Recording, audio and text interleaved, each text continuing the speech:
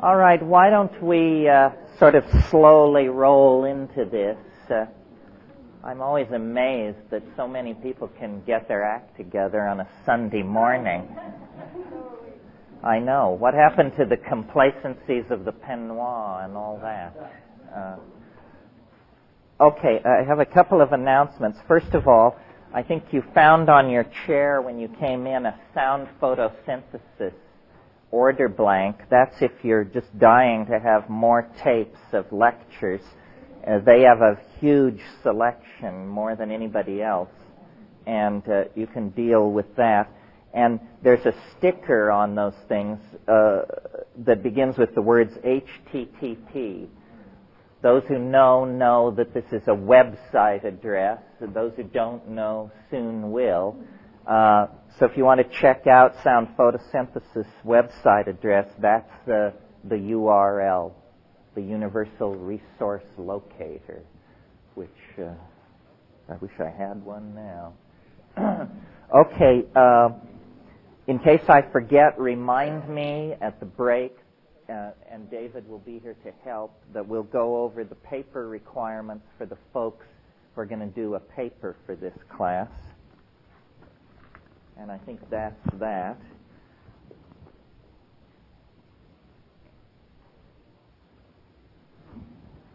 Oh, there you are, on time as promised. I was just saying that at the break we'll go over the paper constraints. Well, I don't want to spend the whole time this morning in Q&A, but we'll do it for a few minutes to let stragglers find their way in. And then I'll flail you with my agenda for a while. If there are, yes. Yeah, I'm curious if any other internet websites would have good access to psychedelic information. Oh, that's a good question. There are a number. First of all, the Usenet, the alt.drugs conference. Most people know about this. There are thousands, a couple of thousand people participating in that, and it's now fragmented into alt.psilocybin, alt.psychedelic, alt.mescaline. There's a whole subset of those. If you don't like news groups, there is an email conference. Anybody here in that email conference? Well, I can't remember. I was in it, but the problem with these email conferences is, you think, oh, great, I'll meet some people interested in what I'm interested in. You join, and the next day there are 80 messages in your email, and you spend hours a day pouring through the email. I just joined a conference where I get dispatches from the front in Chiapas, including all the latest statements from Subcomandante Marcos. I just picked up the mail. There were 130 messages, half in a language I barely read. So, but there's a lot of action on the net. I have a website, too, but I'm not going to give out the public number yet because it's not cool enough yet. It's more like a construction zone with yellow ribbons strung around and a sign which says, someday something really cool will be here. That's how a lot of the internet is. It's a vast, vast construction zone.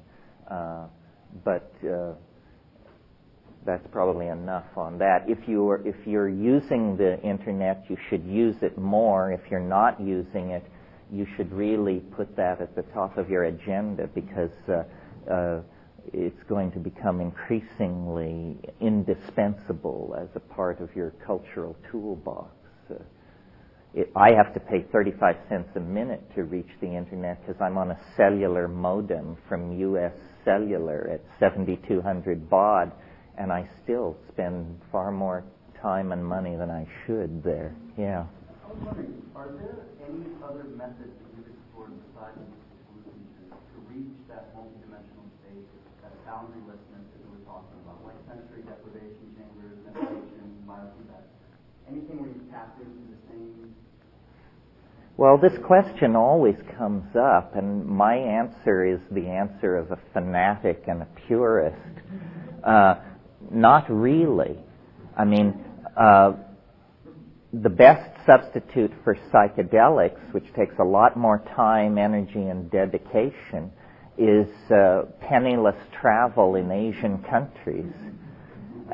But it's not nearly as pleasant, and the risk to your gastrointestinal tract is orders of magnitude greater. It's an interesting question. I mean, and I may be a special case, more lumpen than others. I mean, naturally in this business all the time I meet people who say, I hallucinate all the time. I don't understand what the excitement is about.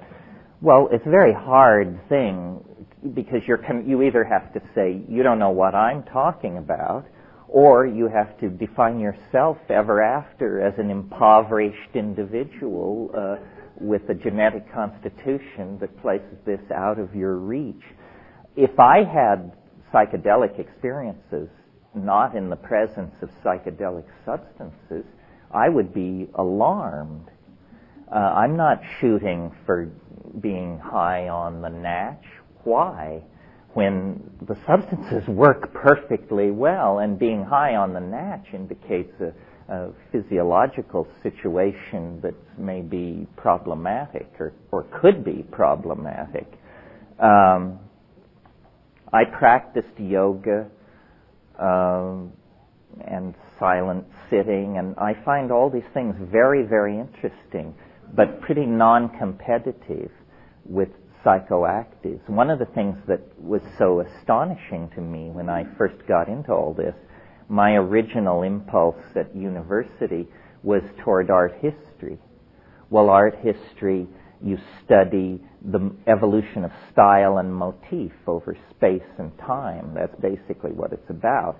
And a good art historian has a fairly complete inventory of world style, which I felt I did.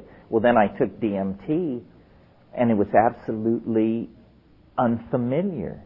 You know, I could make no comparisons. It wasn't like Tibetan tantric painting. It wasn't like Amazonian bark cloth painting. It wasn't like Jan van Eyck. It wasn't like Hieronymus Bosch or Jackson Pollock or anybody else. And I thought, how extraordinary.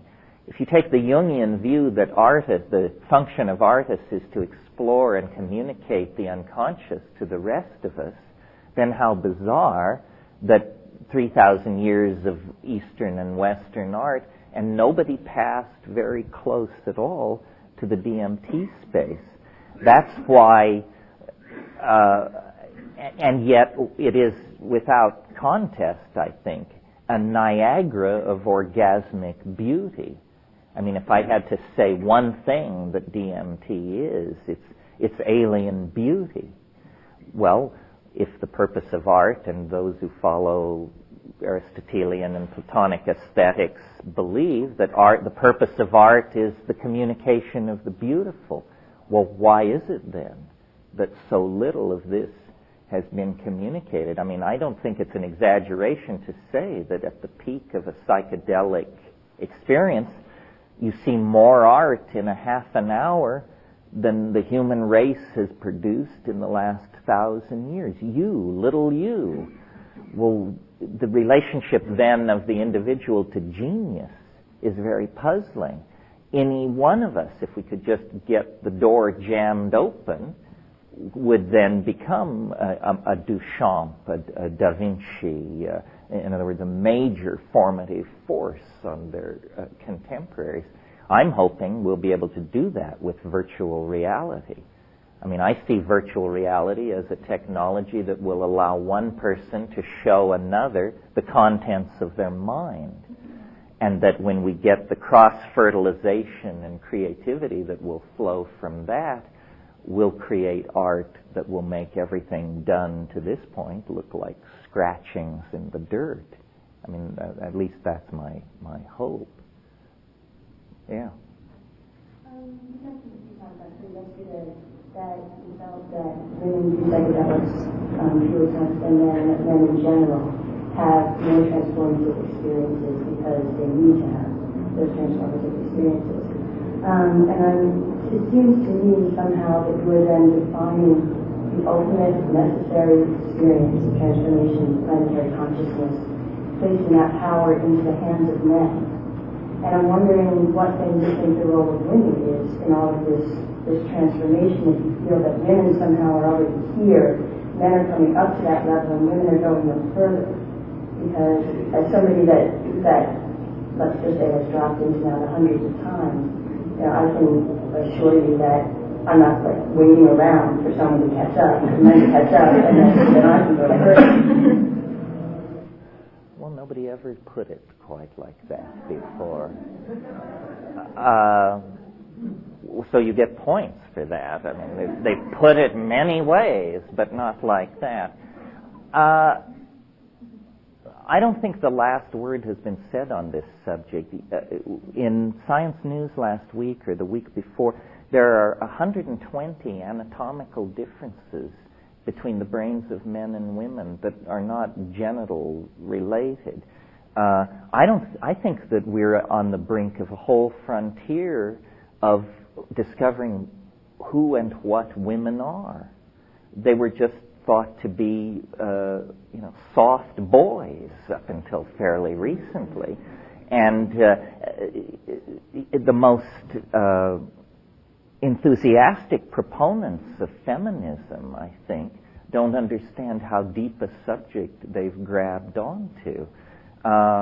In a way, I would sort of plead guilty to your metaphor that I do sort of see women as out of history.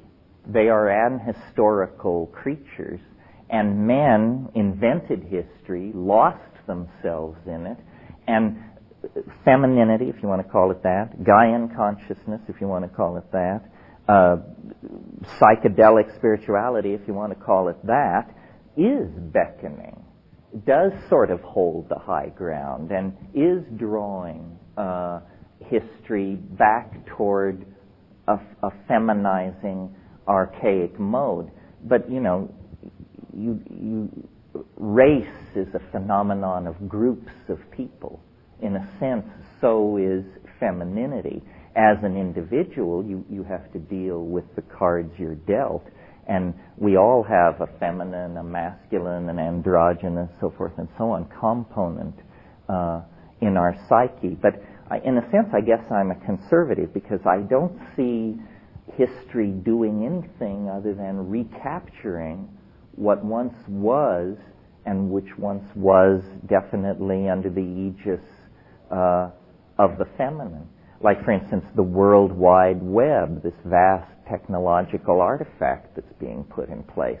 All it is a hard wiring of female intuition.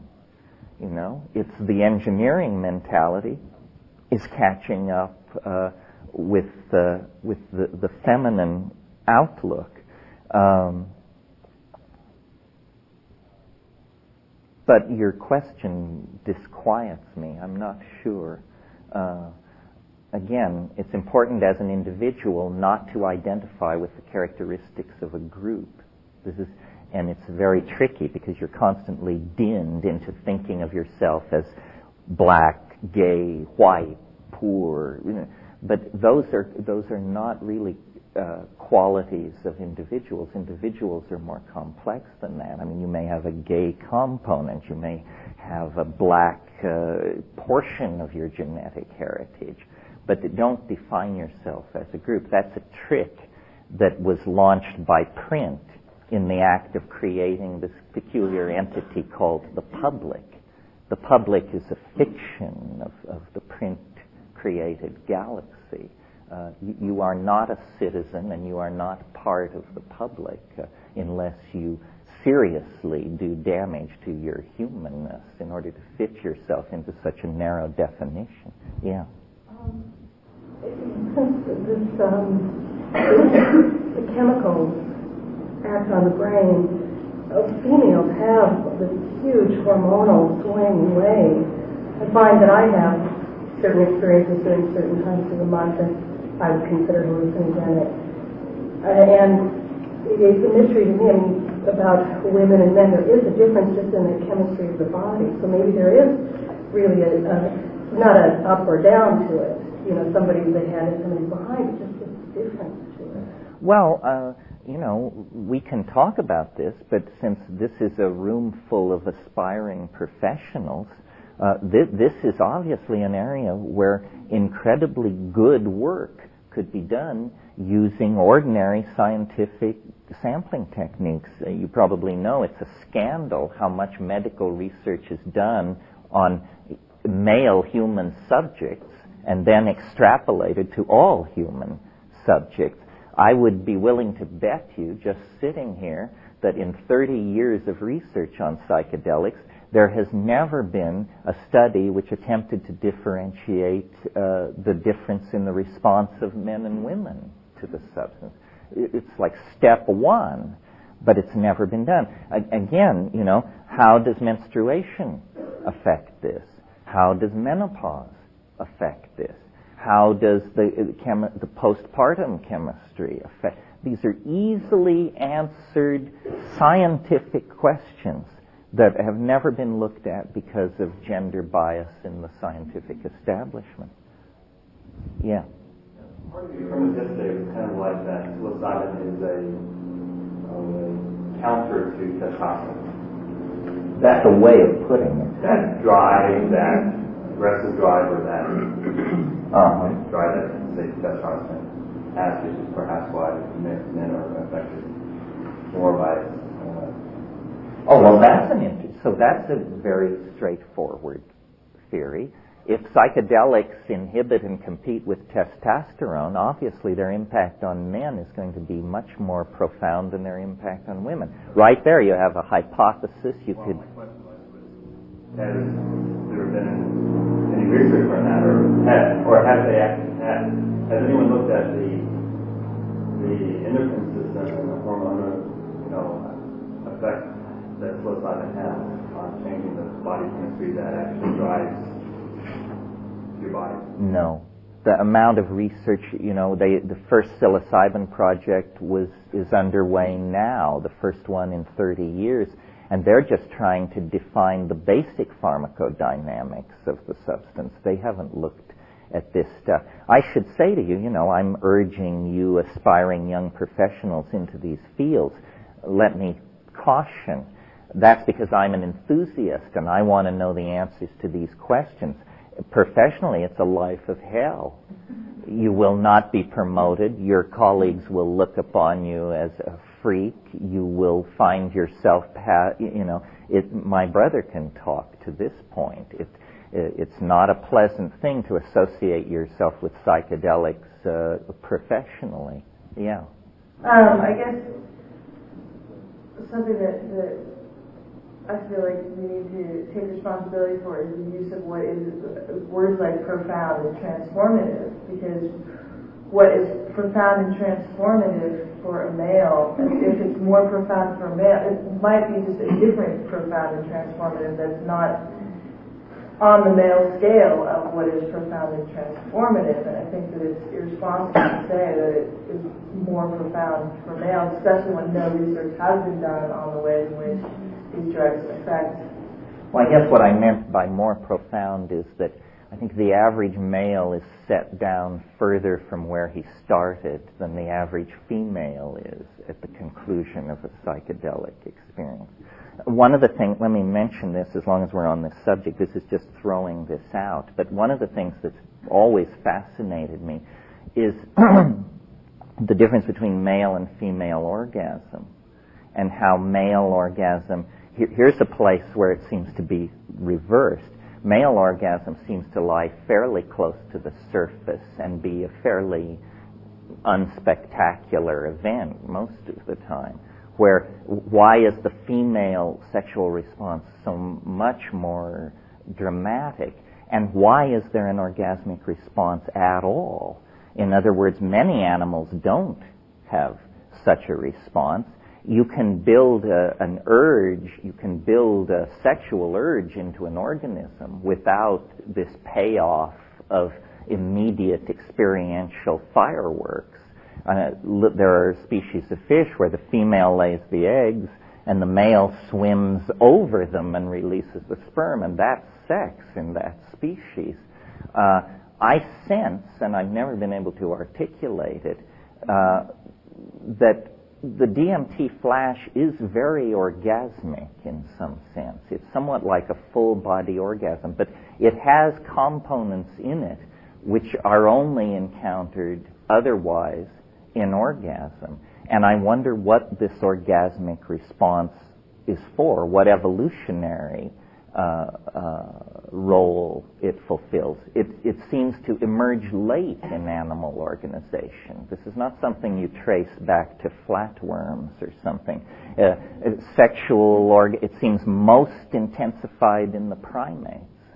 And, again, I have no answers, but I would bet when this is all teased apart, the chemistry of orgasm and the neurochemistry of orgasm and the chemistry of the DMT flash are going to be found to be at least cousins of each other in some sense. Yeah. I wanted to make a comment about the gender issue that's been coming up, and I think that in my experience with psilocybin is that it has had an effect of healing and bringing back to wholeness, of balancing. So if you have too much testosterone, like you brought up, or if you have too much of one thing, it'll bring you back and direct you and center you. And since males usually do all the talking, that's why we have said psilocybin has had a feminizing effect. Well, it has a feminizing effect on most of the people who have been doing the talking who take psilocybin. I've also had experiences where I've been very, at times when I've been depressed and weak, where psilocybin has not made me very feminine. It's actually given me, power. And I felt very like, I remember one time I went out and really liked the sound of bottles breaking. And I would break the bottle and go, yeah! It would make me feel really good. And it would actually build up, almost a building up of an ego when my ego was down.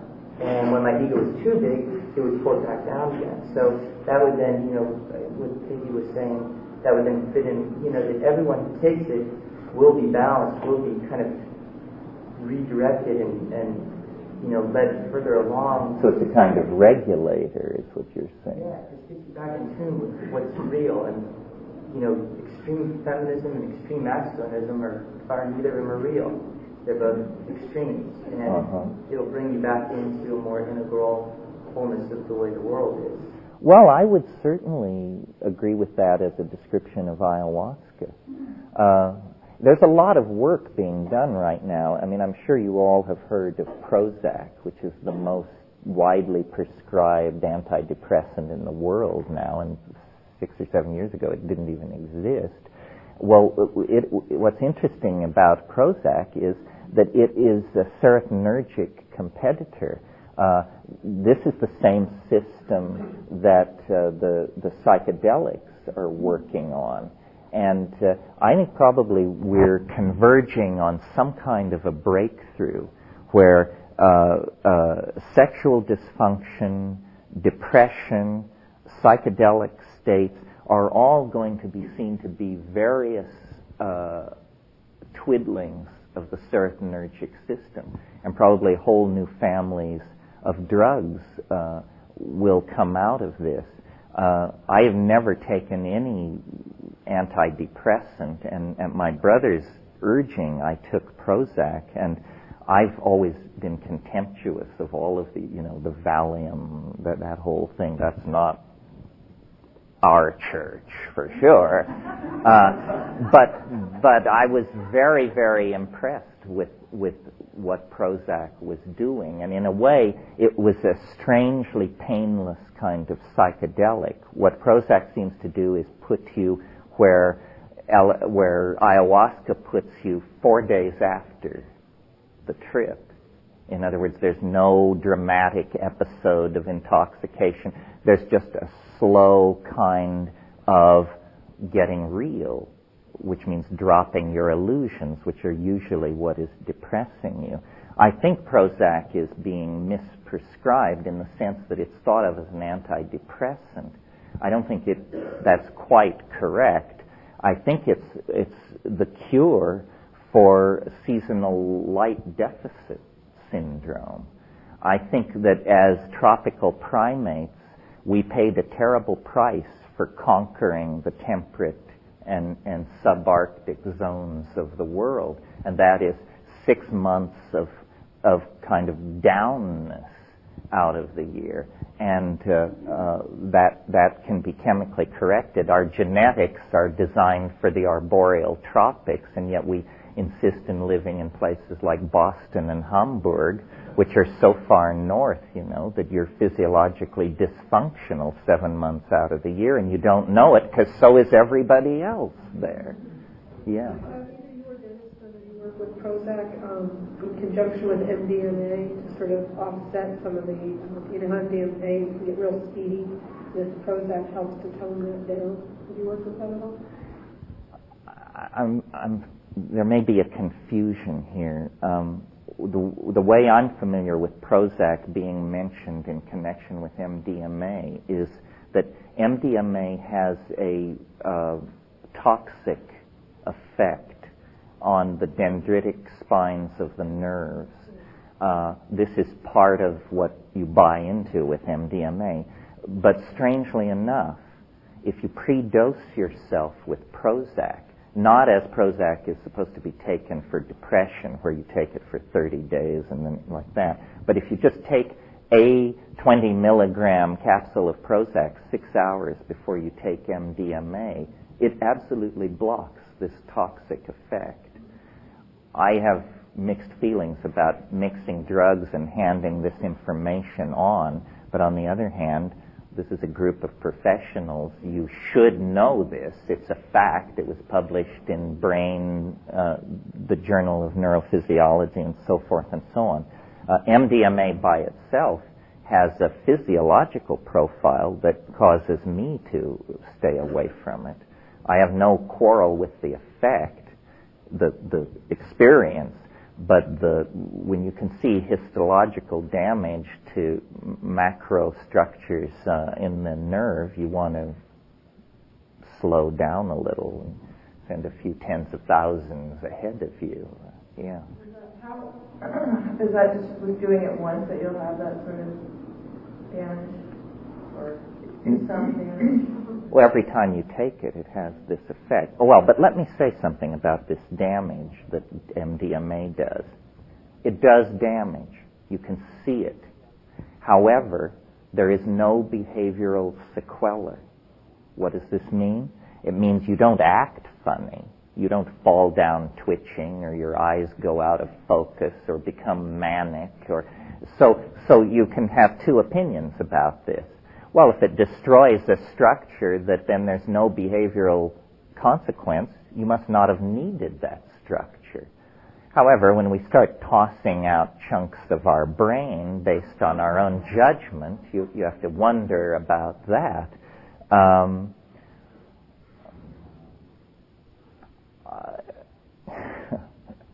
You can always take psilocybin and say to it in the middle of the second hour, be MDMA. And that's how I do my MDMA trips. Yes. Works with healing plants, and his method is to communicate with the plant. He says the plants are bursting to tell us what their purpose is, how they can help us. We just have to learn how to listen. So in the same way that you're saying that PC is a communication and information. But what he does is once the shaman has made contact with the plant, he doesn't have to give that plant to the person. He can use a messenger plant, and they use moxa in a homeopathic tincture. And because he knows the information of the plant, he can send the messenger for the information without actually having to give the plant itself. And I'm wondering whether anybody's done that with psychedelics, or whether you see that that's feasible to do with psychedelics. I assume, being a practical person, that it must not be feasible, because as you know, in the highly succussed homeopathic preparations, no physical trace of the original material can be found. If there were such a thing as homeopathic psychedelics, they would be impossible to prosecute under the drug laws. What are you asking? I'm asking if seeing it as information, that you can actually have a messenger plant. Like you were saying, the shaman is the messenger between the worlds. What he's doing is using a fairly innocuous plant as the messenger between the information of the huge array of pharmacopoeia of what plants can do, and using just a drop of that messenger to be able to give an experience. Well, in a sense, there's a parallel idea in the Amazon, which is shamans take ayahuasca and then they take very, very, minuscule amounts of other plants that they want to learn about. And they say that the ayahuasca then informs them of the properties of the other plant. This whole business of information and how it moves around in nature is an area where we are uniquely ill-fitted to understand it because we are objective materialists. And it's very hard for us to understand and operate on the assumption that the world is made of language. We may say it so, but we don't know how to operationally operate with that perception. As we learn how to do that, I agree with you, not only plants, everything seeks to communicate. Everything is somehow completed in an act of mutual recognition and understanding. Nature is alive, not only biological nature, but the atoms and the continents and everything seeks to communicate. I think what psychedelics are is a kind of opening of our portals to this constant stream of communication that evolutionary necessity has shut us away from. Yeah. Psilocybin, if it's to be thought of as a communicator between the mind of man and plants, why does it speak in such galactic terms? Because when I've dosed really high, I've had visions of UFOs and things that are not of this earth. Very similar to the DMT flash, like you said. I actually have had precisely the same hallucinations at times. And that's the way I see heavy doses of psilocybin speaking to me, not really about things here on this planet. Well, I agree with you. That's my experience. And in trying to account for it, you have to look at fungi. Fungi are primary decomposers. That means they can only live on decaying life. That suggests to me that they are late evolving, or at least not early evolving. Mushrooms are very soft-bodied, and so are all fungi. There is no record, no fossil record of a mushroom older than 40 million years. Well, that's a tiny fraction of the time life has been on the earth. Now, when I asked a paleontologist about this, he said, well, they're soft-bodied and they don't fossilize easily. But hey, we have flatworms from the gunflint chert of South Africa that are 4.3 billion years old. If they left a trace in the fossil record, you'd think there would be more of a trace of mushrooms. If you decondition your presuppositions and just look at the mushroom, it looks to me, number one, as though it is capable of surviving an extraterrestrial environment. In other words, if you have mushroom spores and you want to store them for long-term longevity, you seek an environment as much like outer space as you can find. You store them in liquid nitrogen at minus 200 degrees, and they will last virtually forever. If you look at the color of Stropharia cubensis spores, that's in the brown-gilled mushroom family, the spores are deep purple, almost black. That's the color you would paint a spacecraft if you wanted to absorb long wave radiation. if you look at the spore, what is it? It's a packet of crystallized DNA. A single mature Stropharia cubensis mushroom, when it's sporulating, will shed up to 3 million spores a minute for up to 2 weeks. 3 million spores a minute for 2 weeks.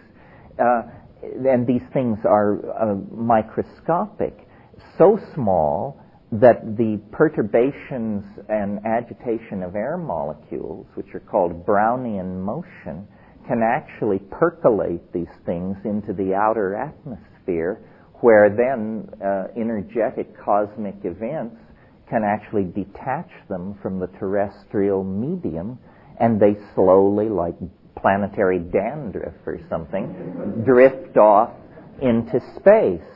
Well, I always, it seems so obvious to me, maybe it's because I live in Hawaii, but the most predictable major revolution in biology that you can imagine is, of course, within a few years it will be realized that the Earth is an island. That's all. That the biota that is present here, much of it probably drifted in cosmic debris. When stars go supernova, planets are destroyed. It's a cliche of cosmic consciousness to say, the atoms in your body were once in the hearts of distant stars. Well, if that's true, then some of the atoms in your body were once in a part of distant planets. And some vanishingly small fraction may have been part of the biota of extraterrestrial ecosystems. The other thing about the mushroom that's very suggestive to me is it appears to be, or there is a place, a perspective from which you can look at it, that it appears to be not an organism but an artifact. It is incredibly well designed at a very high level of design criteria. For example, on this planet, one of the most advanced ethical systems we've been able to evolve is Buddhism, which teaches vegetarianism. If a Buddhist could design their own genome, they would become a fungus, because a fungus is a primary decomposer. It's the only karmaless place in the entire food chain. There is no karma for the fungi. They don't destroy any life whatsoever. So here you have this thing designed to traverse extraterrestrial space, occupying a karmaless niche in the ecosystem, and when complexed with a mammalian nervous system, a galactarian archive of historical data becomes accessible. We have only known about DNA since 1950, less than 50 years, and we're already confidently talking about completely redesigning the human genome and so forth and so on. Well, if we pursue along these lines for 500 years, we will look the way we want to look. And, trivially, we may all want to be Keanu Reeves or something, but once the cultural agenda cuts in, if, say, Buddhism took over in the presence of an advanced molecular genetics, then we could design ourselves into a karmaless niche in the universe. I wish that we could bring, I don't know who it is, but the content of the mushroom experience, which was what launched your question, is so evidently alien and non-human and self-referential to a world we don't know that, to me, it would require a commission and several years of study to decide that this thing is not an extraterrestrial. Our notions of extraterrestrials to this point have been incredibly self-reflexive. Once you have fully in grasp the size of the universe and the amount of time that is available, then the idea that someone would come in a metal ship with an interest in your gross industrial output and a desire to cure cancer is absolutely preposterous. That's such a culture-bound notion. It's like expecting them to arrive with a load of pizzas ready for delivery. The trick is going to be to recognize the extraterrestrial. The very notion alien means unfamiliar. So it's not going to be like we think it is. The real task will be to recognize it. And we have discovered, after only 1,000 years, that toxic metal-based technologies are fatal. And we have pushed our entire planet into planetary crisis by coming to this realization rather late in the game. If long-term survival is the name of the game for intelligent life in the universe, then the way we're doing it is not the way to do it. It's going to have to be non-polluting, biologically based, molecularly based, so forth and so on. And as you run down the list, the mushroom begins to look more and more like the real thing. And then, of course, the content of the experience is so different from other psychedelics and so other-oriented that I am puzzled that we've been at this now nearly 30 years and we still don't have a consensus. I don't know what it is. Is it that when you take the mushroom, you lose all ability to then operate in the world of straight judgments and understanding? It's very puzzling.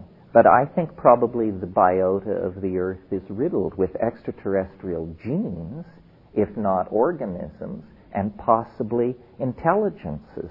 But they're not interested in your fetal tissue or putting implants in you or taking you up and slicing you up in very large-scale surgical wards. I find all that paranoid and pathological. I can talk about that if you want, but it's not really our subject. Yeah.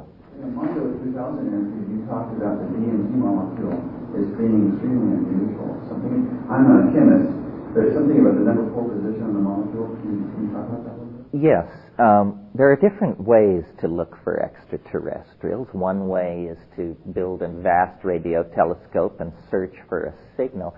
The way I would do it, if I were in charge of things, is I would search the terrestrial ecosystem for anomalous molecules that have no near relatives or history of evolutionary development in terrestrial organisms.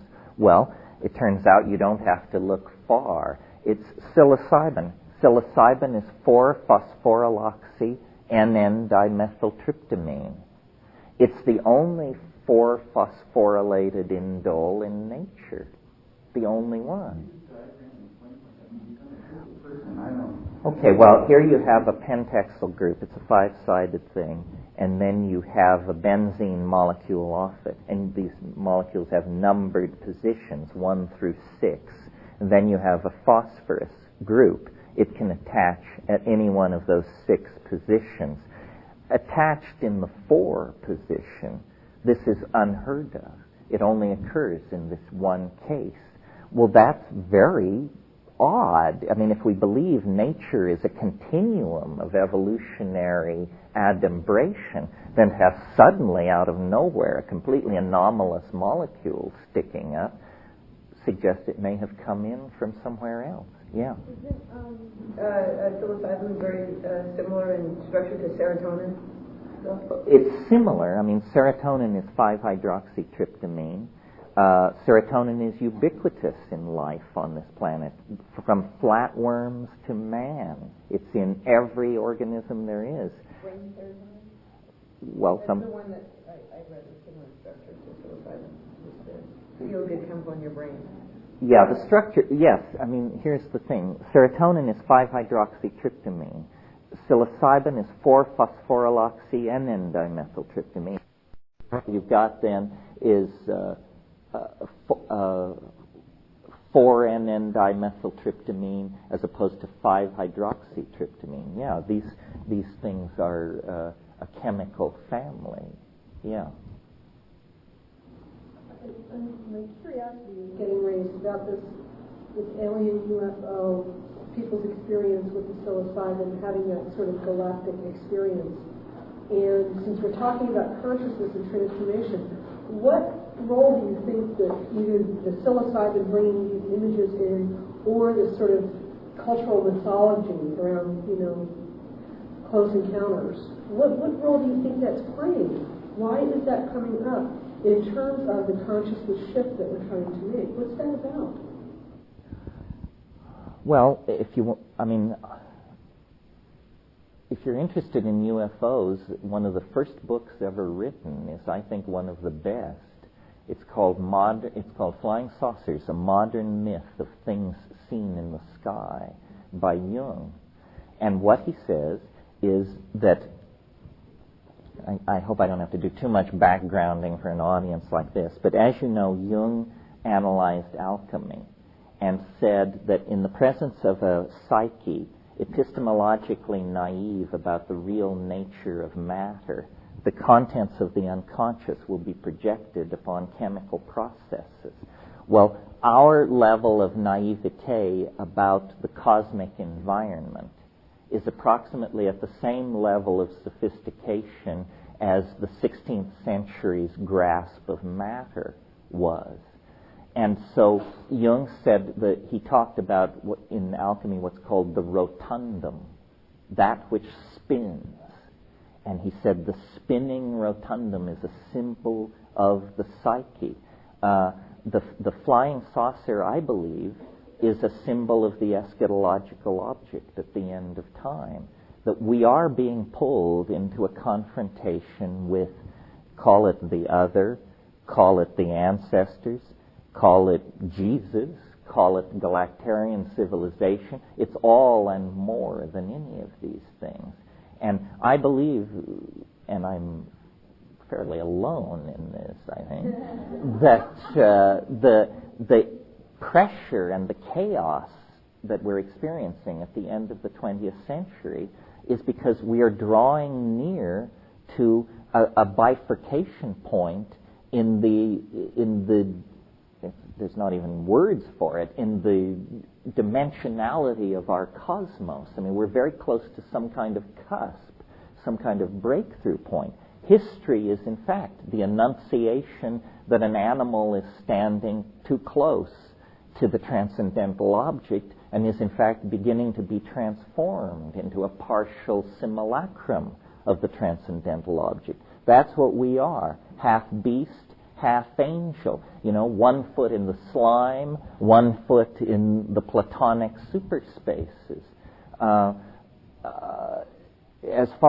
suppose we have to talk at least briefly about the abduction thing. I think that this is much ado about nothing. It's very clear to me that every abduction case around, except for a vanishingly small number that we can put in the classical category of stigmata, can be explained by one simple fact. People are losing the ability to distinguish dreams from memories. That's all. That's all. If you lose the ability to distinguish dreams from memories, you'll have a very strange history to recite to people. And I think this is a cause by television. It's caused by a number of things. I grew up during the 50s when movies like The Day the Earth Stood Still, Invasion of the Body Snatchers, and so forth were coming out. And I distinctly remember a fever that I had when I was about 12, in which I had a horrifyingly real dream of gray-faced, cat-eyed aliens who were doing something to me that I didn't care for, and so forth and so on. Well, if I were to be placed into the hands of an obsessive hypnotherapist, I guarantee you in 2 weeks we'd come out with the realization that it wasn't a dream, that it actually happened. But that's and also the content if you analyze the content of the abduction scenario, it's pure paranoia. And I can get off on this, but I don't really want to. The normal rules of evidence are not being applied. Let me go off on this just a little bit to say, how do you live your life in the light of a universe that is strange and vast? Well, you can just believe anything anybody tells you, in which case, fetal removal by extraterrestrials vies with your attention as you seek Elvis in the aisles of the local supermarket, as you worry about the fall of Atlantis and so forth and so on. But over time, there has been something evolved called the rules of evidence, colloquially known as how to tell shit from shinola. And the first thing is, there should be an economy of explanation. This is called Occam's razor. In other words, hypotheses should be no more complex than is necessary to explain whatever it is you're trying to explain. So if inability to tell dreams from memories explains abduction, why do we have to reach for the idea that geneticists from Zenebel Ganubi are moving secretly among us with a surgical agenda and also carry out unscheduled proctological examinations in the middle of the night? I mean, really now. And what I want to say about that is I got where I am, whether it is enviable or not, but I got where I am by being tough, not by being gullible. And so I've rejected vast amounts of things, not only dubious things, but I've probably tossed a few babies out with the bathwater as well. But ask tough questions. Make it make sense. And be, as they say in Hawaii, be akamai, be smart. Understand the subtleties and the potential degradation of language. And then trust only yourself. Trust only yourself. Photographs are useless. Anecdotes are useless. What happened to your best friend last weekend when you weren't there is useless. You can entertain all that information, but what you have to, given the slipperiness of language, given the limitations of the human organism, you have to stay with primary experience and extrapolate out from there. And if you have had fetal tissue removed, then you have to deal with it. But the testimony of 700 people you don't know doesn't have to bother you at all. Yeah. In light of your dialogue with the mushroom, how do you see sort of the big picture of the agenda? If this is an extraterrestrial force that catalyzed consciousness on the planet, what do you think is sort of the... You mean what's happening? What's happening? I think that nature, well, I mentioned this yesterday, that biology, let's leave nature out of this for a minute, biology is some kind of chemical strategy for the conquest of dimensionality. I said this yesterday, but I'm not sure I was understood. And what I mean by that is the entire history of biology, from the first naked DNA to this moment, is a history of progressively taking more and more control of more and more dimensions. First, primitive life moved. It had no eyes. It simply felt its way. That means it was like two-dimensional life. It just feels its way down a linear creode of sensation, defecating, eating, undergoing mitosis, and so forth and so on. But it's a two-dimensional thing. Well, then life acquired light-sensitive chemistry, which it sequestered on the surface of its cells, driven by serotonin, interestingly enough. And this light-sensitive chemistry gave the idea of a gradient. The organism had, however dimly, the notion here and there. And to have the notion of going from here to there, you have to add in the notion now and then. And what these notions being added in are dimensional vectors into the reality space. Well, then the entire history of life, from, let's say, the Crossopterygian fishes to Homo habilis, is simply the history of developing more efficient organs of motion in the three-dimensional world. Better eyes, better arms, better legs, mobility, motility, so forth and so on. Then, with the appearance of true human beings and language, an entirely new dimension, let's call it the fourth dimension of time, begins to be invaded in a very subtle way. It's that monkeys can't tell stories to each other about past experiences or hoped for denouements. Human beings can.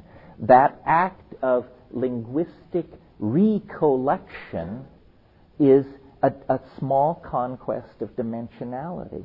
Well, once you invent writing, then all of the past can, in a sense, be kept in the present. The present is not a narrow slice of experience fading off into the past and the future. It becomes instead like a train moving into the future. The future is unknowable, but the past can be recollected and analyzed. And if the analysis is sophisticated enough, one can begin to triangulate outward toward the future. The history of science is the history of prediction. Well, what is prediction? It's taking control of a previously uncontrolled dimension, the future. And I think that the rise of electronic technology, the rise of extremely complex language-using societies means that we're about to go wholly in to the fourth dimension, the temporal dimension. And we see ourselves as distinct from our technologies. You see, like when you are in a car, you think, I am a human being driving a human invention. But there is a point of view from which, no, you are just a human being who has put on another level of humanness, which happens to have wheels under it, and is rolling along. In other words, genetics, that changes the stuff of our bodies. Epigenetics, which we call ideology and technology, changes the environment in which our bodies operate. And I think we're getting set basically to decamp into the imagination. That the imagination is as real a place as across the river is if you've just acquired eyes. It's something you're seeing for the first time and then generating an appetite to go into. And this has been kicking around for 15 or 20,000 years. A shaman is a seer, is a prophet, is a higher dimensional mathematician. And they may not, use tensor equations to express what they're doing, but mathematics before symbols is experience. And so I really believe history is ending very soon. I cannot conceive of 100 years in the future at the present accelerated rate of development. We have unleashed such novelty that I think we're in the terminal phase of decamping from three-dimensional space. We are leaving the womb of Newtonian being for something else, the imagination. And the birth is tumultuous. An entire planet is at risk. And eventually, toxemia seems to be setting in. We've used up all the nutritional resources in the womb. The walls are closing in. We're suffocating. Our political systems don't work. Our social systems are breaking down. If you're a realist, a pessimist, then you just say, well, this is it, folks. This is the smash up. The party lasted 20,000 years, and here comes the bill. But you might think that if you were a fetus trapped in a collapsing womb at transition, you could not conceive of the stockbroker, fashion designer, or whatever that you are going to be in another dimension, in another reality that you're being born into. And I think our aspiration is the conquest of death. Our religions promise it, and if our gods can't deliver, we'll elbow them aside and do it ourselves, thank you. And these things aren't decisions made by a single person or even a group of people. They come from the bone. It's who we are. We aspire to be magic, and we probably, given our track record, will achieve it. As I said yesterday, James Joyce said, man will be dirigible. It's a humorous thing to say, but yes. I don't really understand what you mean by that, like even for the birth of imagination. You mean like that Star Trek episode where they have no bodies and the guy makes himself into a big cat? And, one of the nice things about my position is I don't have to entirely understand myself because I'm self-defined as a primitive. When we talk about decamping from Newtonian space, and you're asking me, what would it look like? I'm as puzzled as you are. I don't know. Is it nanotech? Are we going to become ant-high and all live in 1 acre of the rainforest? Are we going to find a way to completely transpose ourselves into the net and just shed our bodies the way we once shed the placenta that connected us? I once said the body is the placenta of the soul. But is that a religious statement or a technological goal? What do we mean the body is the placenta of the soul? And then people get really agitated because a lot of people, and I include myself among them, rather like the body. And you can imagine a debate in the Archaeozoic ocean when people of a very scaly and lantern-jawed type said, listen, we're leaving for the land.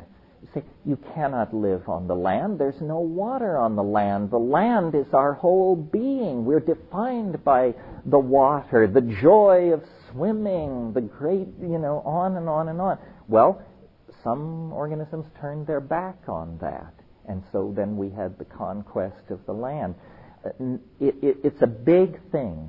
It's a big thing because what we're being asked is, what is humanness? What can you discard and still be human? Can we discard our bodies and still be human? Can we discard our ethics and still be human? I'd rather keep my ethics and get rid of the body. But, we are sexual creatures. What is life? What is sex without a body, for crying out loud? How does that work and look? But it is really not ours to decide. We have grabbed hold of a tiger several billion years ago. Nature is a bootstrapping process, and it seems fairly unsentimental.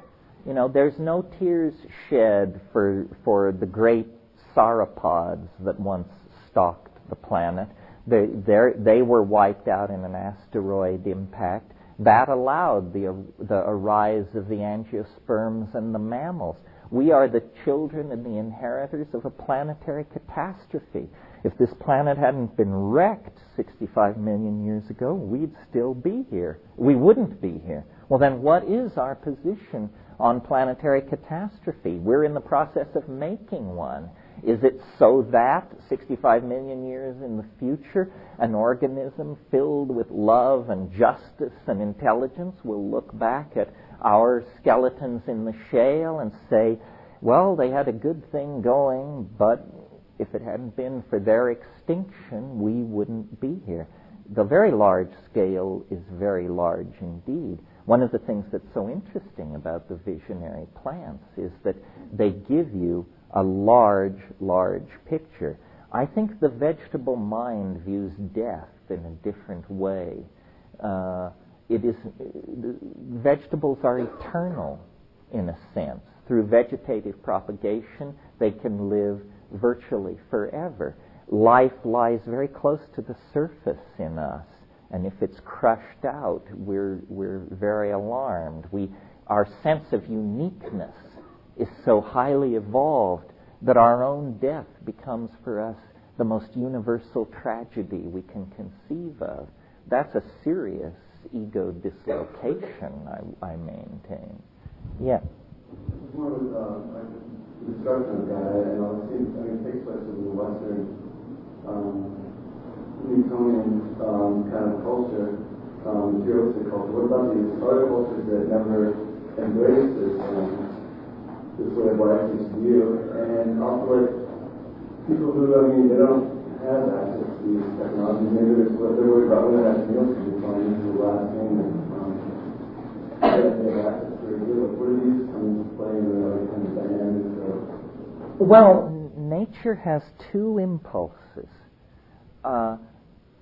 In the particular case, the impulse is always toward equilibrium.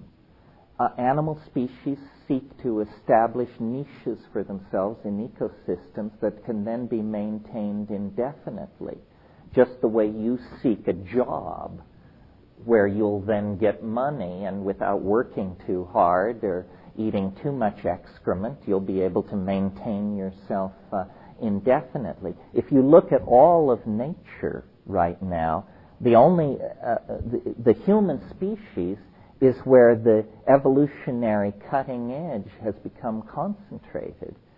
And then if you look at the human species, the place where the changing novelty has been concentrated is in high-tech industrial democratic civilization. I don't call it Western anymore because its leading exponent is Japan. But high-tech industrial democracies are the only social systems that are still evolving and changing. So I think they also serve who only stand and wait. These traditional societies perform the role very much of an animal species at equilibrium in an ecosystem. They preserve values related to stability and homeostasis. Meanwhile, in these places where these creative creodes have begun to cascade, novelty is what's being explored. But the novelty feeds back and changes the contexts in which these equilibrium-seeking systems operate.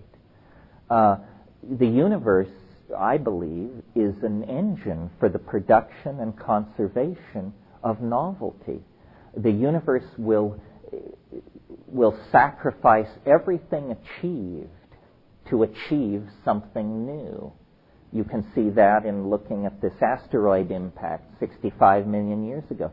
I mean, this was a climaxed planetary ecosystem of tropical forests from pole to pole, filled with complex animals and ecosystems and many phyla represented, but it was all thrown away to make way for the mammals and the angiosperms. I mean, speaking teleologically. So I think novelty is what nature values above all else.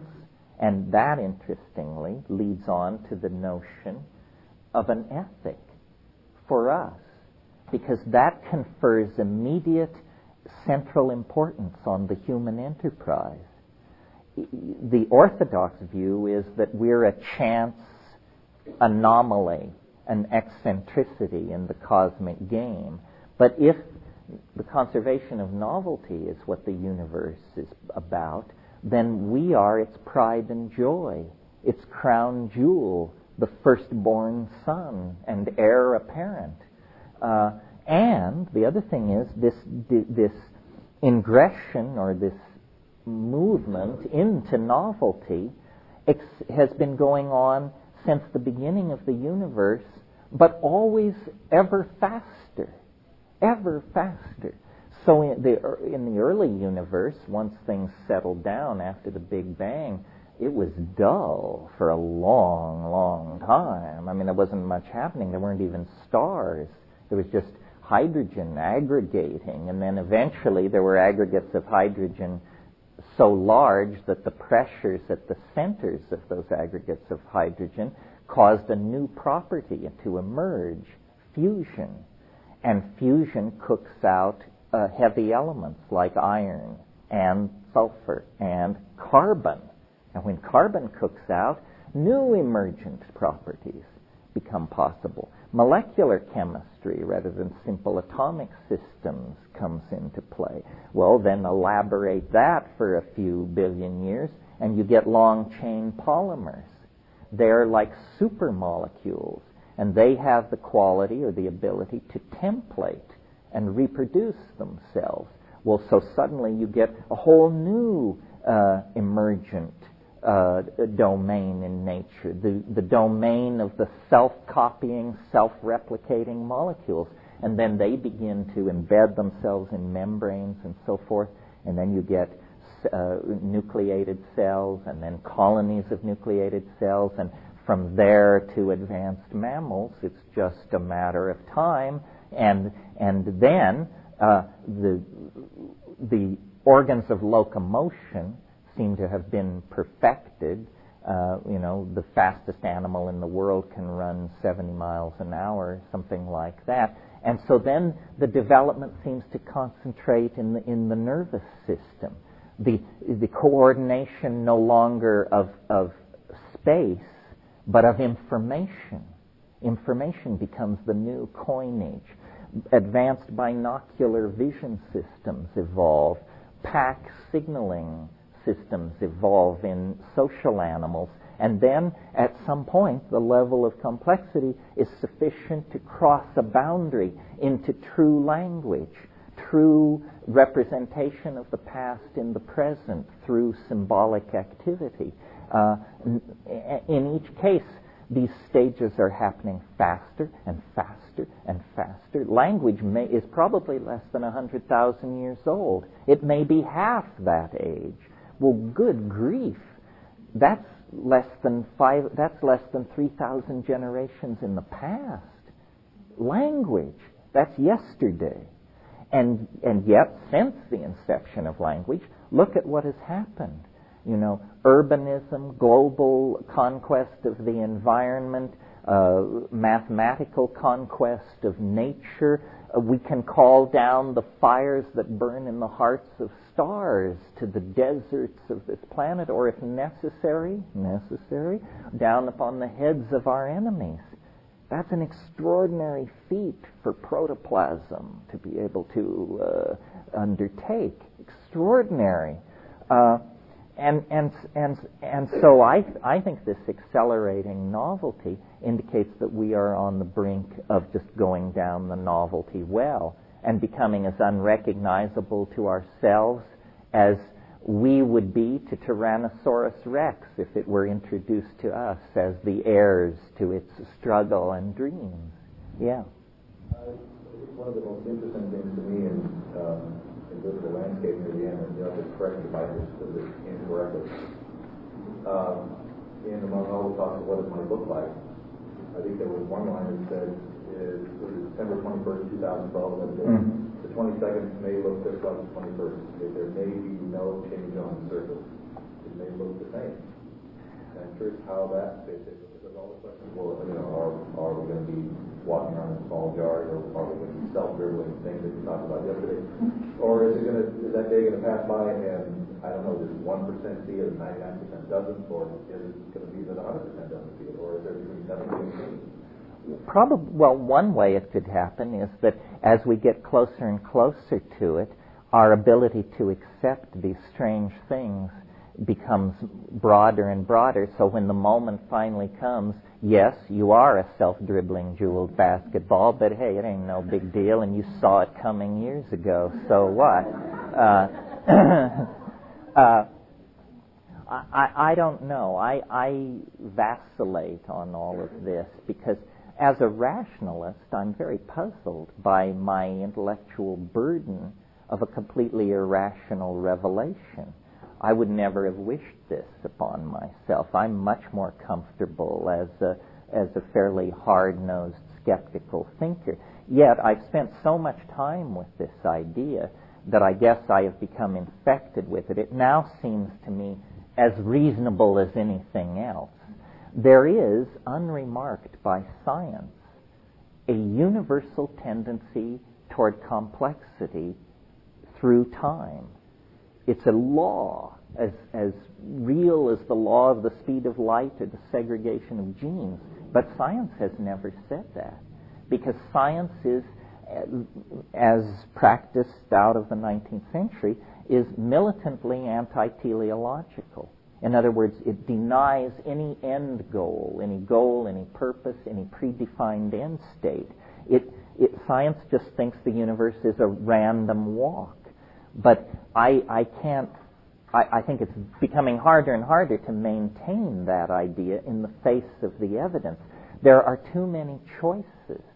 If you have a protein of several thousand atoms, it has 10 high 16 folding configurations it can choose from.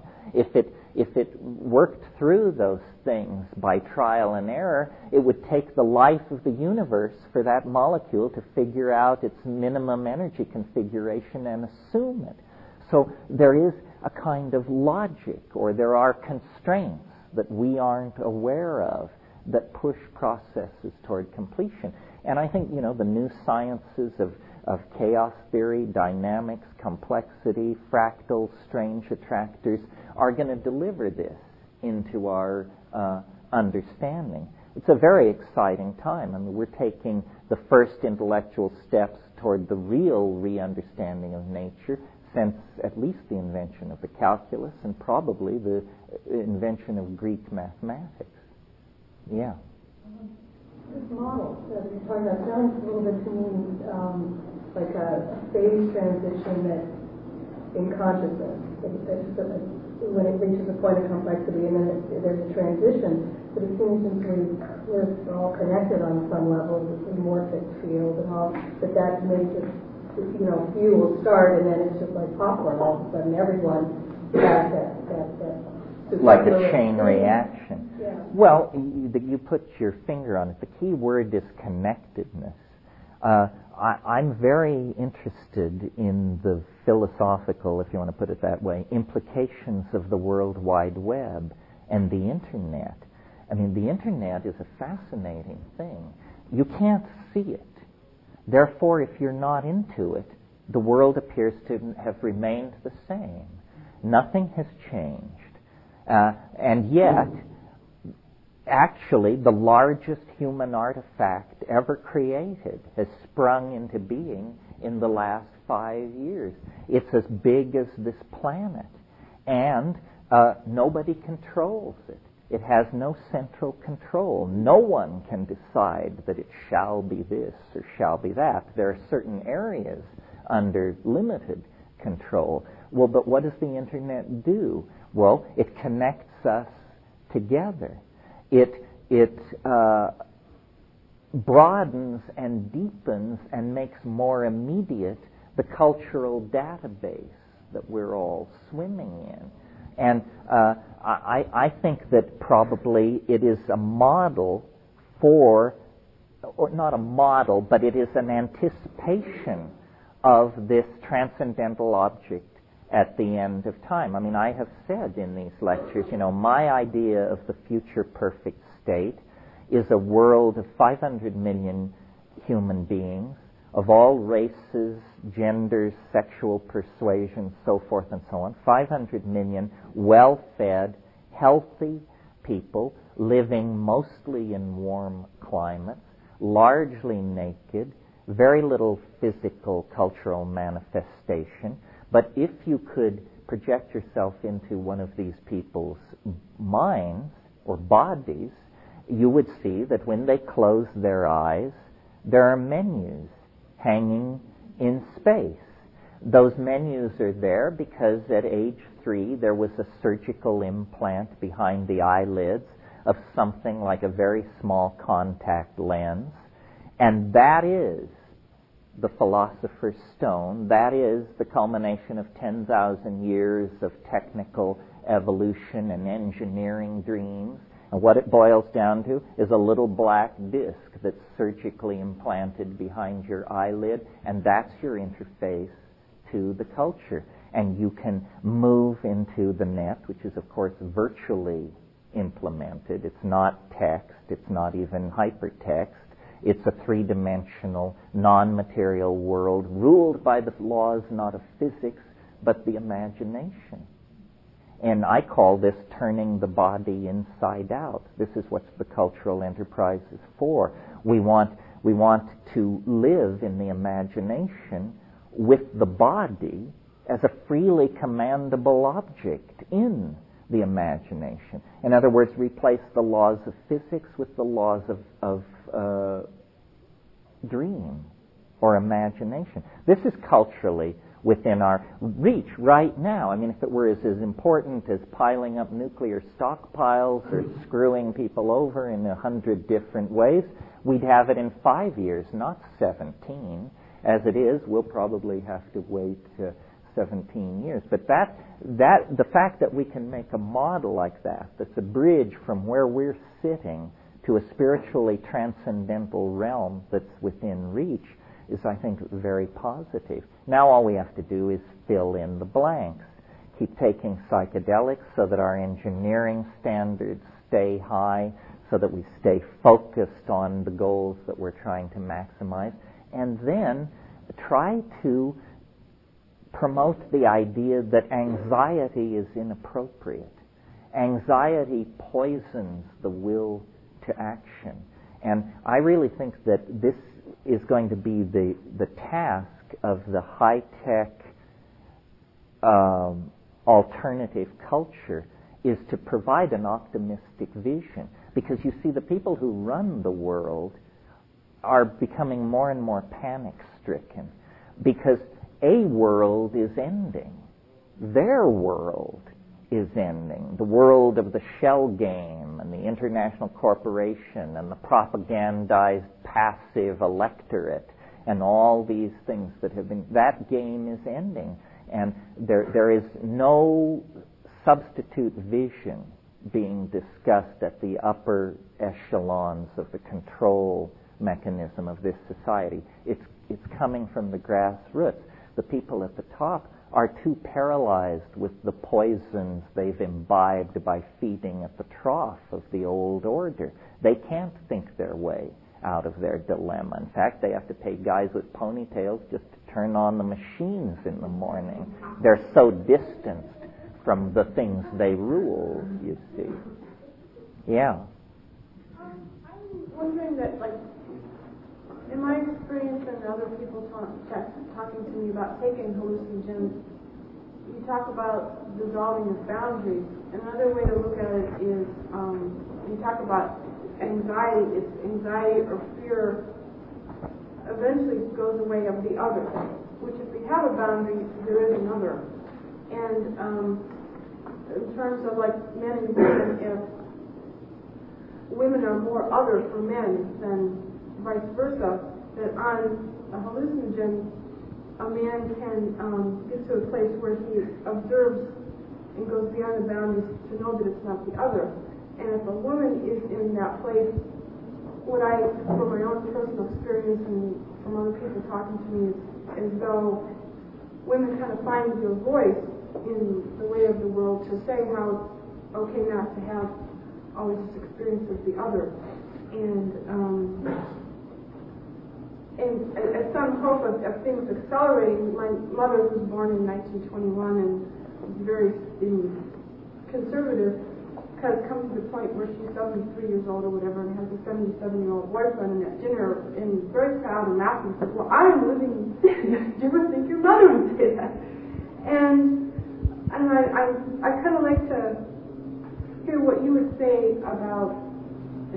otherness and how psychedelics can, what the dissolving of the boundaries does and how we carry that to other people. Yeah. Well,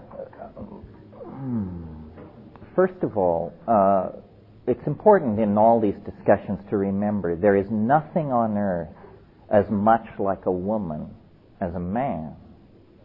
The next species over, whatever it is, the difference is enormous. The other thing to remember is if you believe in evolutionary theory, then this has always amazed me. Women are the creation of choices made by men. Men are the creation of choices made by women. The aesthetic difference is striking. I mean, apparently men prefer smooth, gentle, nurturing, curvaceous forms, and apparently women, their aesthetic is fulfilled by a rougher cut. We are reflections of the desires of the opposite gender because we've been subject to selection in the sexual process that way. As far as everybody is struggling to keep up with the evolution of the culture, I experienced this same thing. I mean, my father is a very conservative character, and he's now 80, and he seems to go out of his way to be outrageous.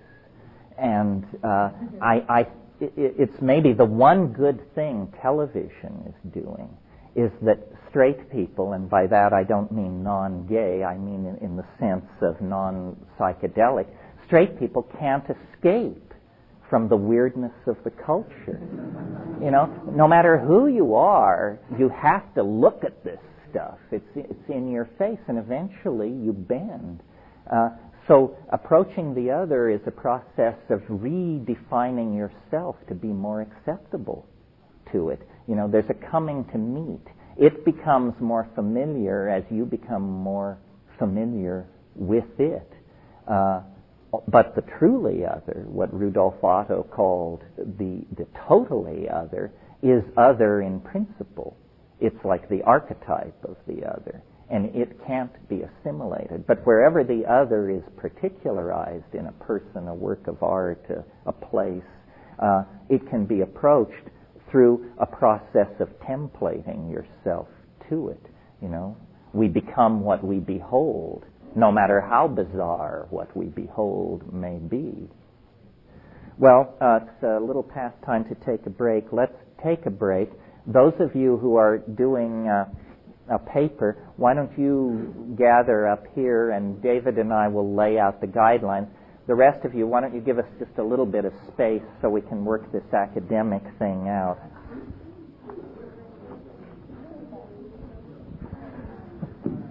Let's see, I have some guidelines, and David has. Does civilization lose a piece of knowledge that's central to its functioning?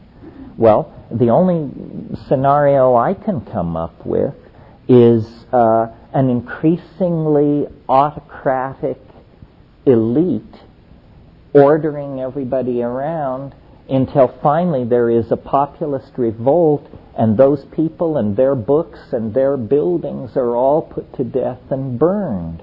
This may be a similar thing may have happened to the Maya. You know, the Mayan civilization, looking at the archaeological evidence, was an incredibly steep social pyramid.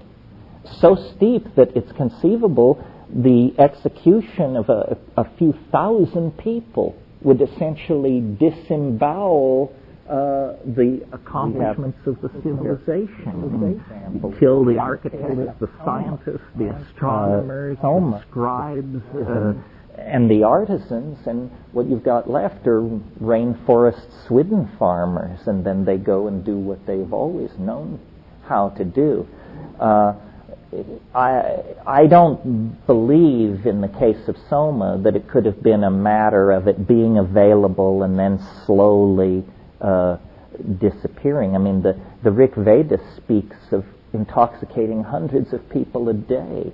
It speaks of the soma gushing from the soma presses in these enormous amounts. Well, clearly it was something easily available, obtained, and processed, and yet it died out completely and was not really replaced with anything else. So why? I think cultural institutions are more fragile than we imagine. In the scenario, and this brings up the issue of substitutes. In the scenario I told you yesterday about psilocybin in the Sahara and how it created a partnership paradise which then faded as the mushroom faded, as I try to imagine how that would have felt, I think probably what happened was at some point in the African past, the mushroom was everywhere on the grasslands. Whenever it rained, it appeared. It rained frequently. The dung of the cattle was everywhere. The mushroom was everywhere. Well, then it began to dry up. And the first thing that would happen, and we're talking millennia in each step, the first thing that would happen is the mushroom would become seasonal. So then you would have great mushroom festivals once a year rather than continuous mushroom taking, seasonal. The next thing is, as the drying continues, it would retreat into the rain shadows of mountains seasonally. Now you have to make pilgrimages, long distances, seasonally to the mushroom place. Well, in parallel with this diminishing supply of mushrooms would logically be a rising anxiety about that. So what would you do? Well, you would create strategies for the preservation of it in times of scarcity. Smoking meat, burying eggs. Primitive, Aboriginal peoples know how to do these things. The obvious method of preserving mushrooms, still used to this day in the Sierra Mazateca, in a world without refrigeration, is to put them into honey.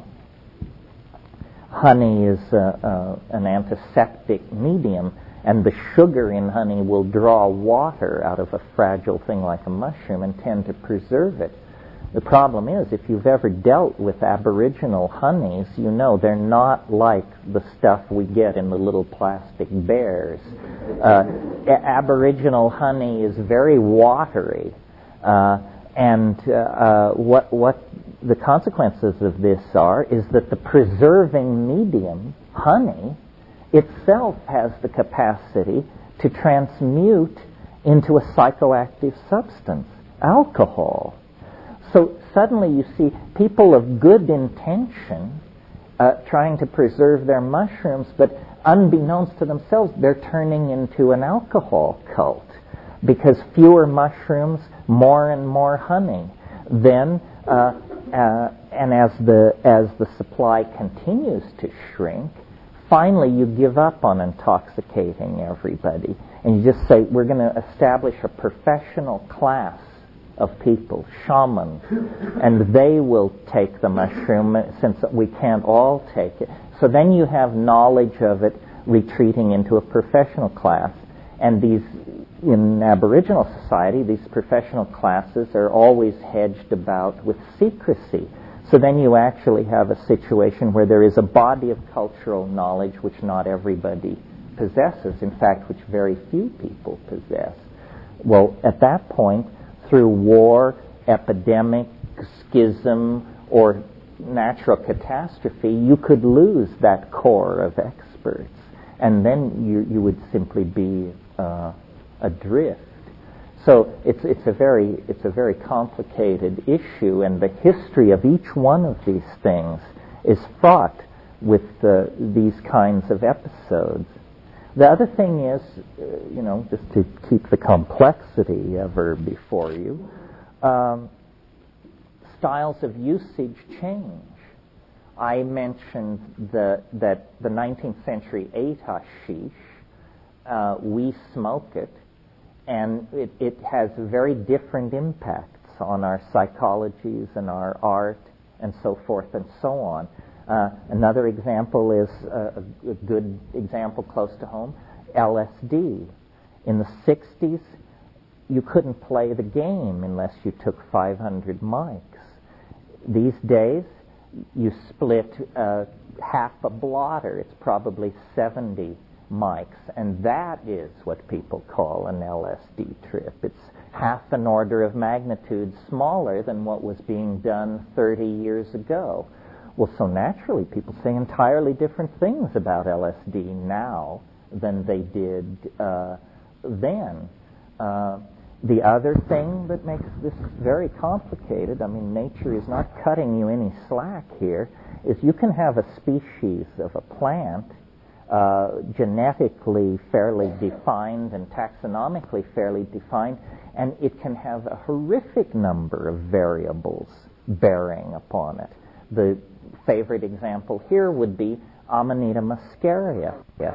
More ink has been spilled over Amanita muscaria than almost any other plant I can think of. Wasson identified it as soma, the subject matter of these ecstatic hymns of praise that filled the Rig Vedas. But when you actually take Amanita muscaria, if you only get a bellyache, you're lucky. This is not at all a reliable intoxicant. Well, what's going on here? Well, here's what's going on. Amanita muscaria, because of its genetic makeup, is subject to geographical variance. That means the Siberian Amanita, the New Mexico Amanita, and the Andean Amanita are experientially different creatures. So, geographical variation.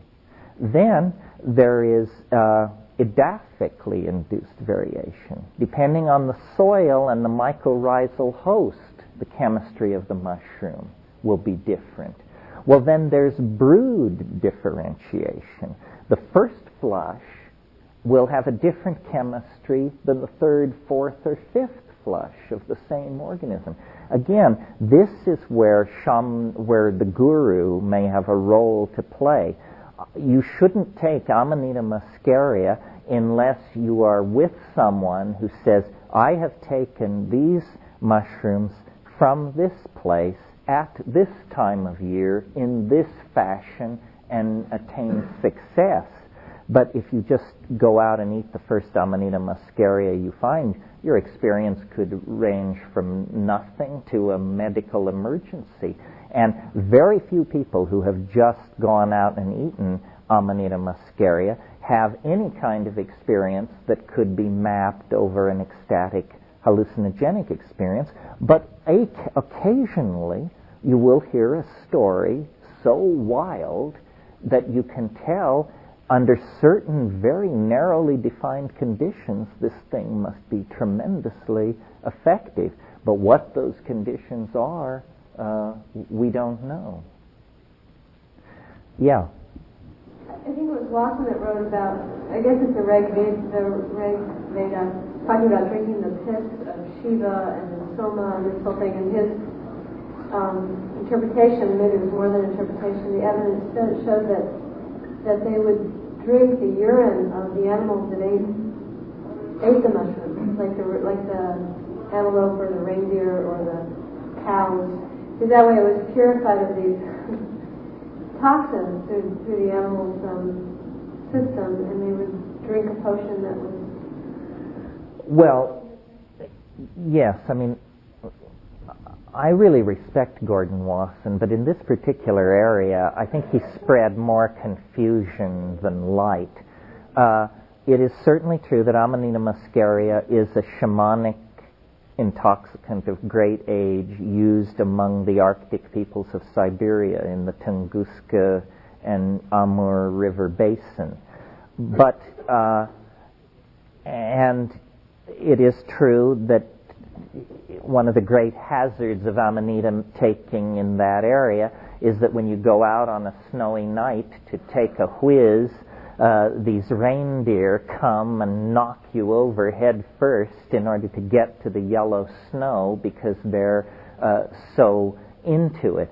But reindeer are not cattle, and there are no reindeer in India, and cattle don't seek out mushrooms to eat them. The thing that, to my mind, breaks down Wasson's theory is, first of all, the inadequate intoxication. But second of all, you can tell from the Rig Veda that hundreds of people were being intoxicated with this stuff, that basically people were just lining up and passing through a line and it was being ladled out. Well, Amanita muscaria has a mycorrhizal relationship to birch and spruce. That means it grows only in association with the roots of those plants. To this day, no mycologist has ever successfully cultivated it on the natch. So when you find it, it's a rare thing. To find one or two is cause for rejoicing. To find half a dozen is a miracle. I've never heard of anybody finding more than that. I've seen other amanitas in great abundance. If you're an Amanita fan, check out Baker's Beach in January. You all know where it is? It's at the bottom of 25th Avenue. The number of Amanita pantherinas that come up in that sandy soil down there, you can literally gather a couple of grocery bags of it. But even at that, how far will a couple of grocery bags go if you have several hundred people to intoxicate? So I don't see how it could possibly have been Amanita muscaria. I think a whole bunch of mistakes were made by Wasson and the people who followed him in arguing so strenuously for that. Wasson himself admitted that he never obtained a satisfactory intoxication from Amanita. So again, you have to be aware of all of these variables, and I think it's fine to respect those who have preceded us into this. Lots of hard work has been done, but on the other hand, they're just fallible, career-mongering human beings like all the rest of us, and it never hurts to double-check. I mean, what you haven't confirmed for yourself, you should view as simply informed speculation. But you do need to check for yourself. Yeah. The effects of the whole mushroom versus, say, an isolated or isolated psilocybin. Do you have any experience? Oh, you mean the pure compound? Frankly, in 30 years, there has been very, very little chemically purified psilocybin. I once took a small white capsule that was said to be pure psilocybin. It may have been. It was like a very warm and friendly flavor of LSD, but it didn't have the voice. Now, there's a famous story that when Hoffman isolated psilocybin, he then, to prove the isolation, he manufactured some, and then he and Wasson took it back with them to Huautla, and they gave it to Maria Sabina, and she said, the spirit of the mushroom is in the little pill. But let's face it, Maria Sabina was a sly old woman who really knew how to play on the gringo's harp. And I don't think it's the last word that she said that. I mean, the implication may have been, and so why don't you go back to Basel and leave us alone, for crying out loud? Haven't you done enough good here? Yeah. I'm interested in something you mentioned in past talks about the synchronicity surrounding the use of mushrooms, and tell that story about the Hollywood restaurant. Oh yeah, the Rod Steiger story. Well, yes. I mean, I don't know quite what to make of this. Again, there are more questions than answers. But one of the things that you will quickly experience if you get into this, and most of you probably already know, is that rational, and by that I mean statistically extrapolatable expectations seem to be superseded on these trips by a kind of magical connectedness. All kinds of strange things happen on trips that really happen. It's not hallucination. These things really happen. It's almost as though the ordinary laws of causality are obviated and you become a magnet for the strange, the peculiar. And sometimes these synchronicities are trivial. Sometimes they're the difference between life and death. As an example of the latter, I've told this story before, but one time years ago, Dennis and a girlfriend of his went up into the mountains behind Boulder, and they took Argyria nervosa, Hawaiian baby wood rose. And it was much stronger than they expected, and it lasted much longer than they expected, and so night fell. And behind Boulder, up around Nederland, it's 12,000 feet. I mean, when night falls, the temperature plummets. You're immediately in a situation of crisis. Night fell. They were completely lost. They had no clue where they were or how to get back to the car, and it looked grim. And so they're looking out over these valleys and mountains and so forth, trying to spot something. And finally, across the valley, they see what my brother assumes is a car come around a corner because they see the headlights. And so they descend down into this canyon. It takes them an hour. It's pitch dark. They climb up the other side, and they to arrive in a parking lot to find their car. Not only to find their car, but to find that the lights are on. Well, they had left the car some 12 hours before. The battery would have been run down if the lights had been on all that time. It means the lights, they saw the lights come on when they looked out across the valley full of fear, wondering where they were. So, it's just a story, unless you're the person whose life was saved by this incident.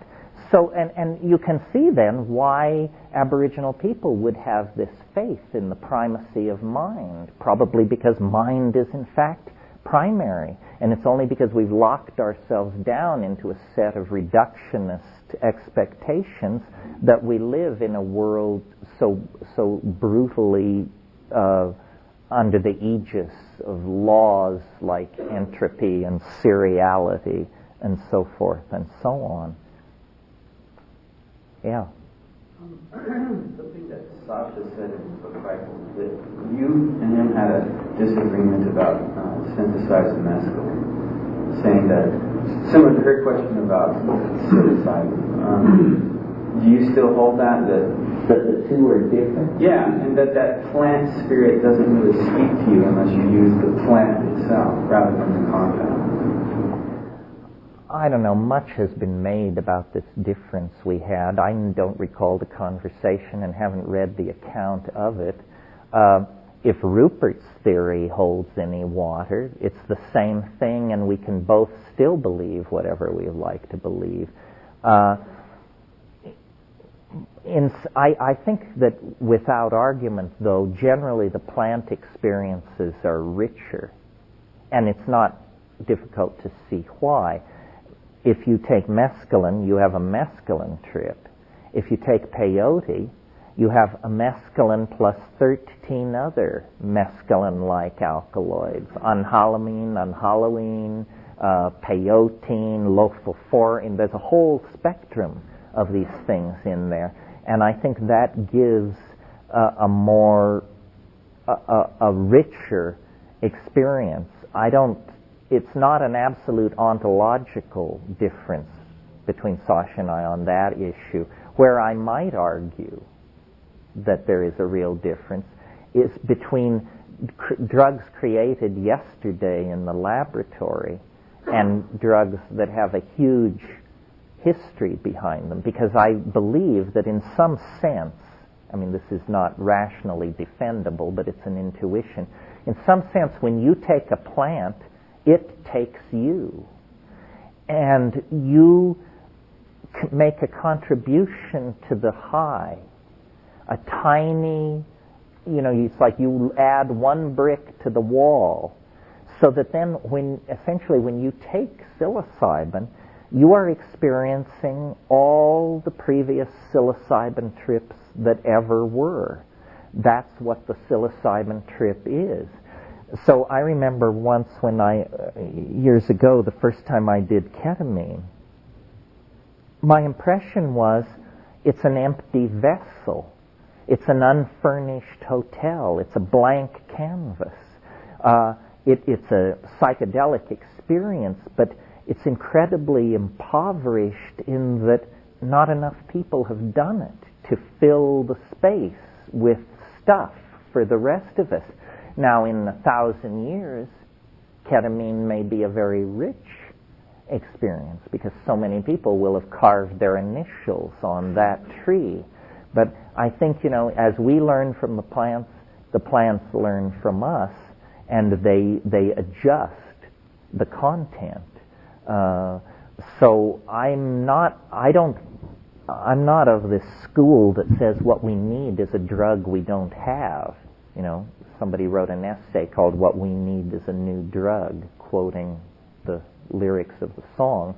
I think that we have the substances we need. What we don't have are the techniques and the intelligence to know what to do with them.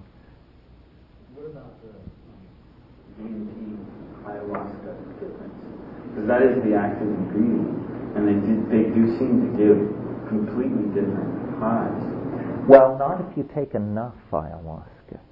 If you take really a lot and sit and breathe and work with it for an hour or so, you can eventually get to a place where you just say, this looks like a DMT flash to me. But that's a lip-numbing dose of ayahuasca. Harmine has a slightly anesthetic effect, so if you take a dose of ayahuasca and your lips go numb, you are definitely topping out. That's an effective dose. Many people have never felt that, but it's a sign that you're approaching the effective limit. Yeah. Are you familiar with the alleged CIA testing of peyote on people in a mental hospital in Menlo Park in the 60s that Kim Kesey took part in? The Langley Porter experiments, yes. I was curious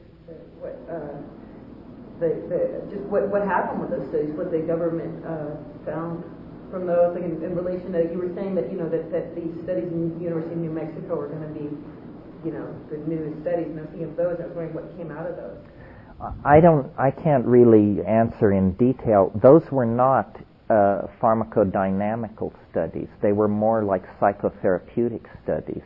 They were giving mescaline to people and working with states of dysfunction, but they weren't trying to understand the physiological parameters of it. Joe Adam and the guy who became the regent, Willis Harman, all of those people were associated with those experiments. Mescaline was well studied during the 20s. I mean, if you've not read Heinrich Kluwer's book on hallucination, it's a very nice piece of work and done very early. And he actually tried to create a vocabulary of hallucination. I mean, it's kind of silly, but he taught his subjects to identify colors by their place in the spectrum.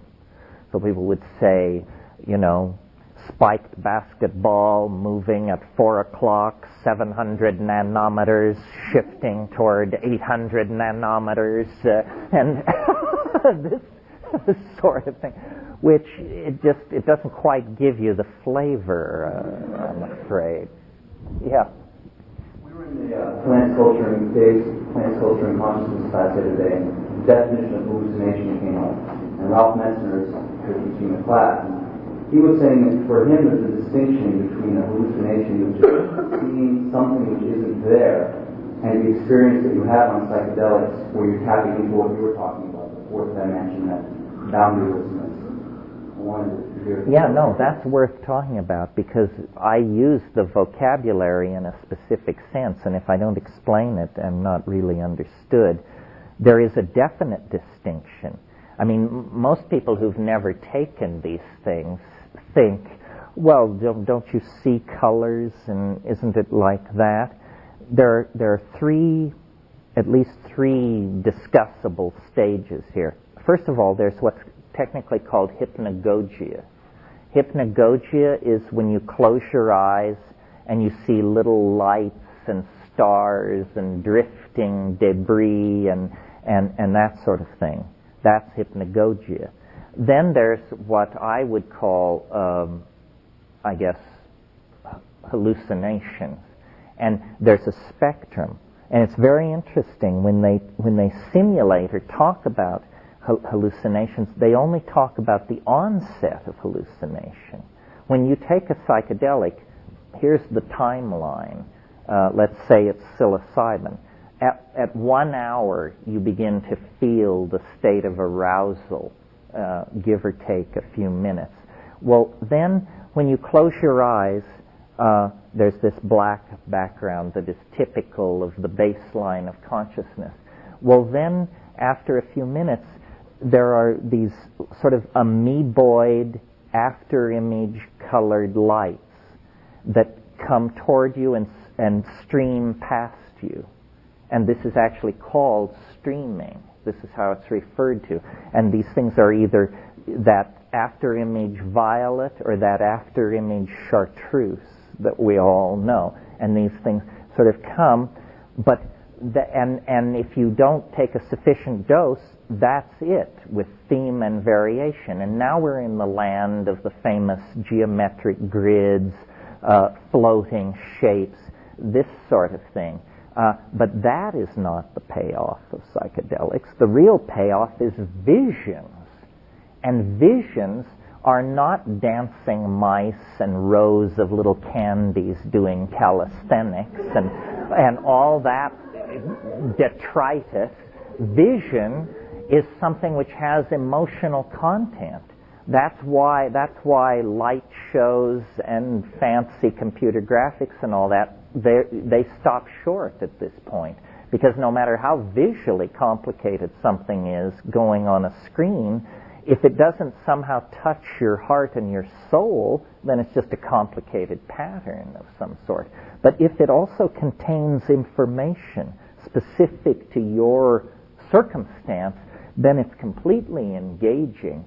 And that's what I shoot for and consider the visionary trip. It's coherent. It's not like a dream. It's not that coherent. It's not a little story in which you appear in a strange circumstance with odd people. It's not like that.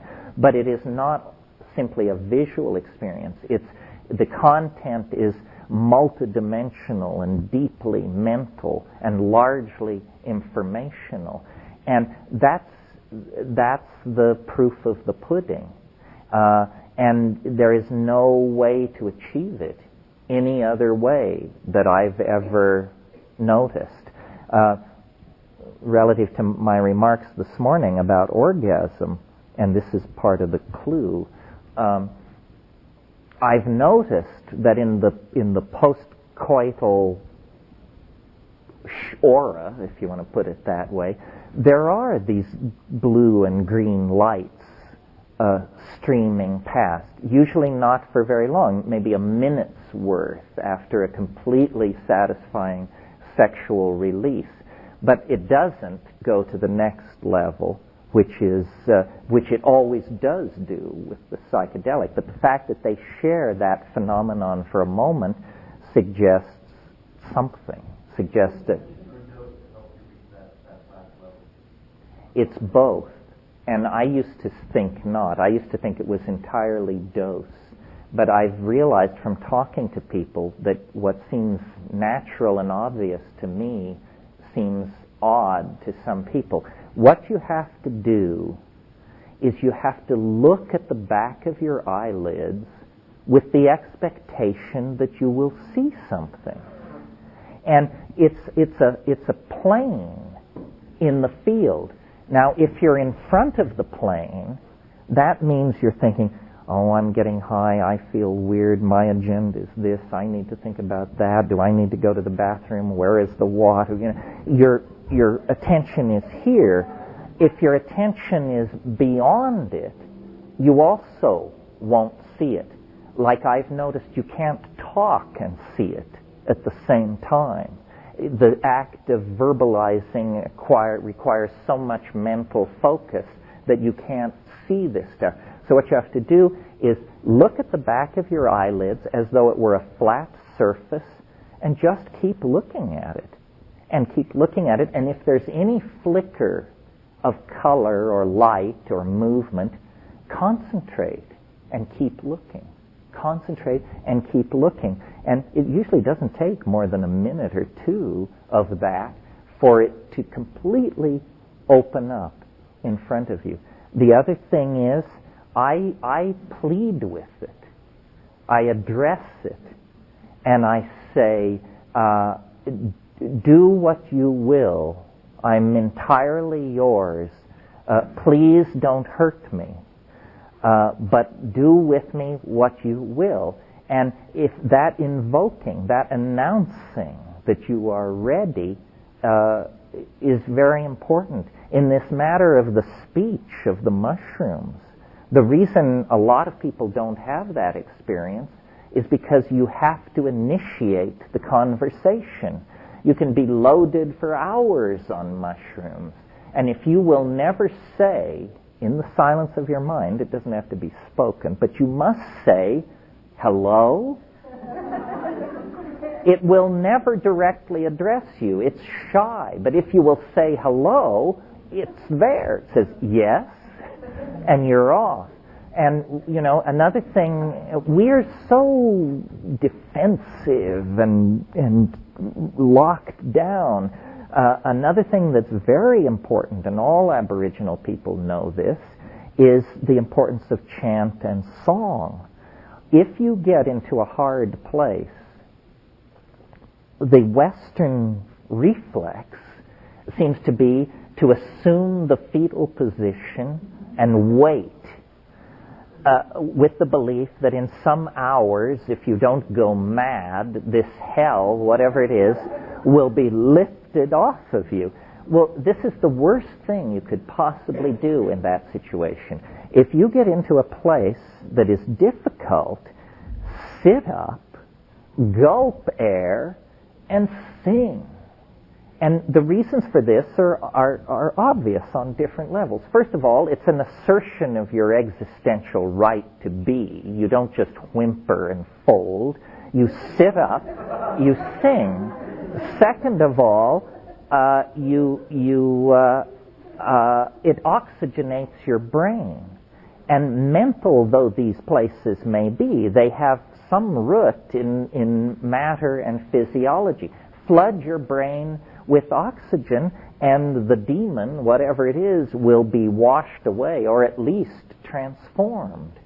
And so, by techniques of invocation, of chant, of song, of concentration, self-discipline, and I don't mean rigorous self-discipline, nothing like what yoga demands.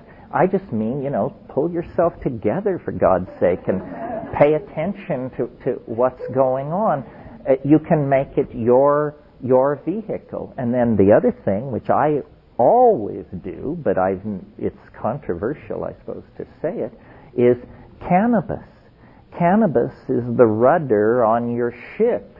If you come into a place that you don't care for, just take a hit of cannabis and then do your chanting, and you will move through it. But don't clench.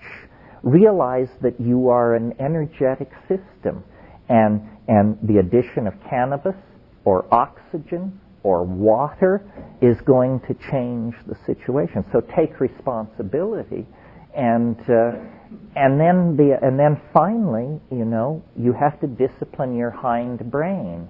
In the presence of the strange and the overwhelming, the primate locks into a fight or flight syndrome.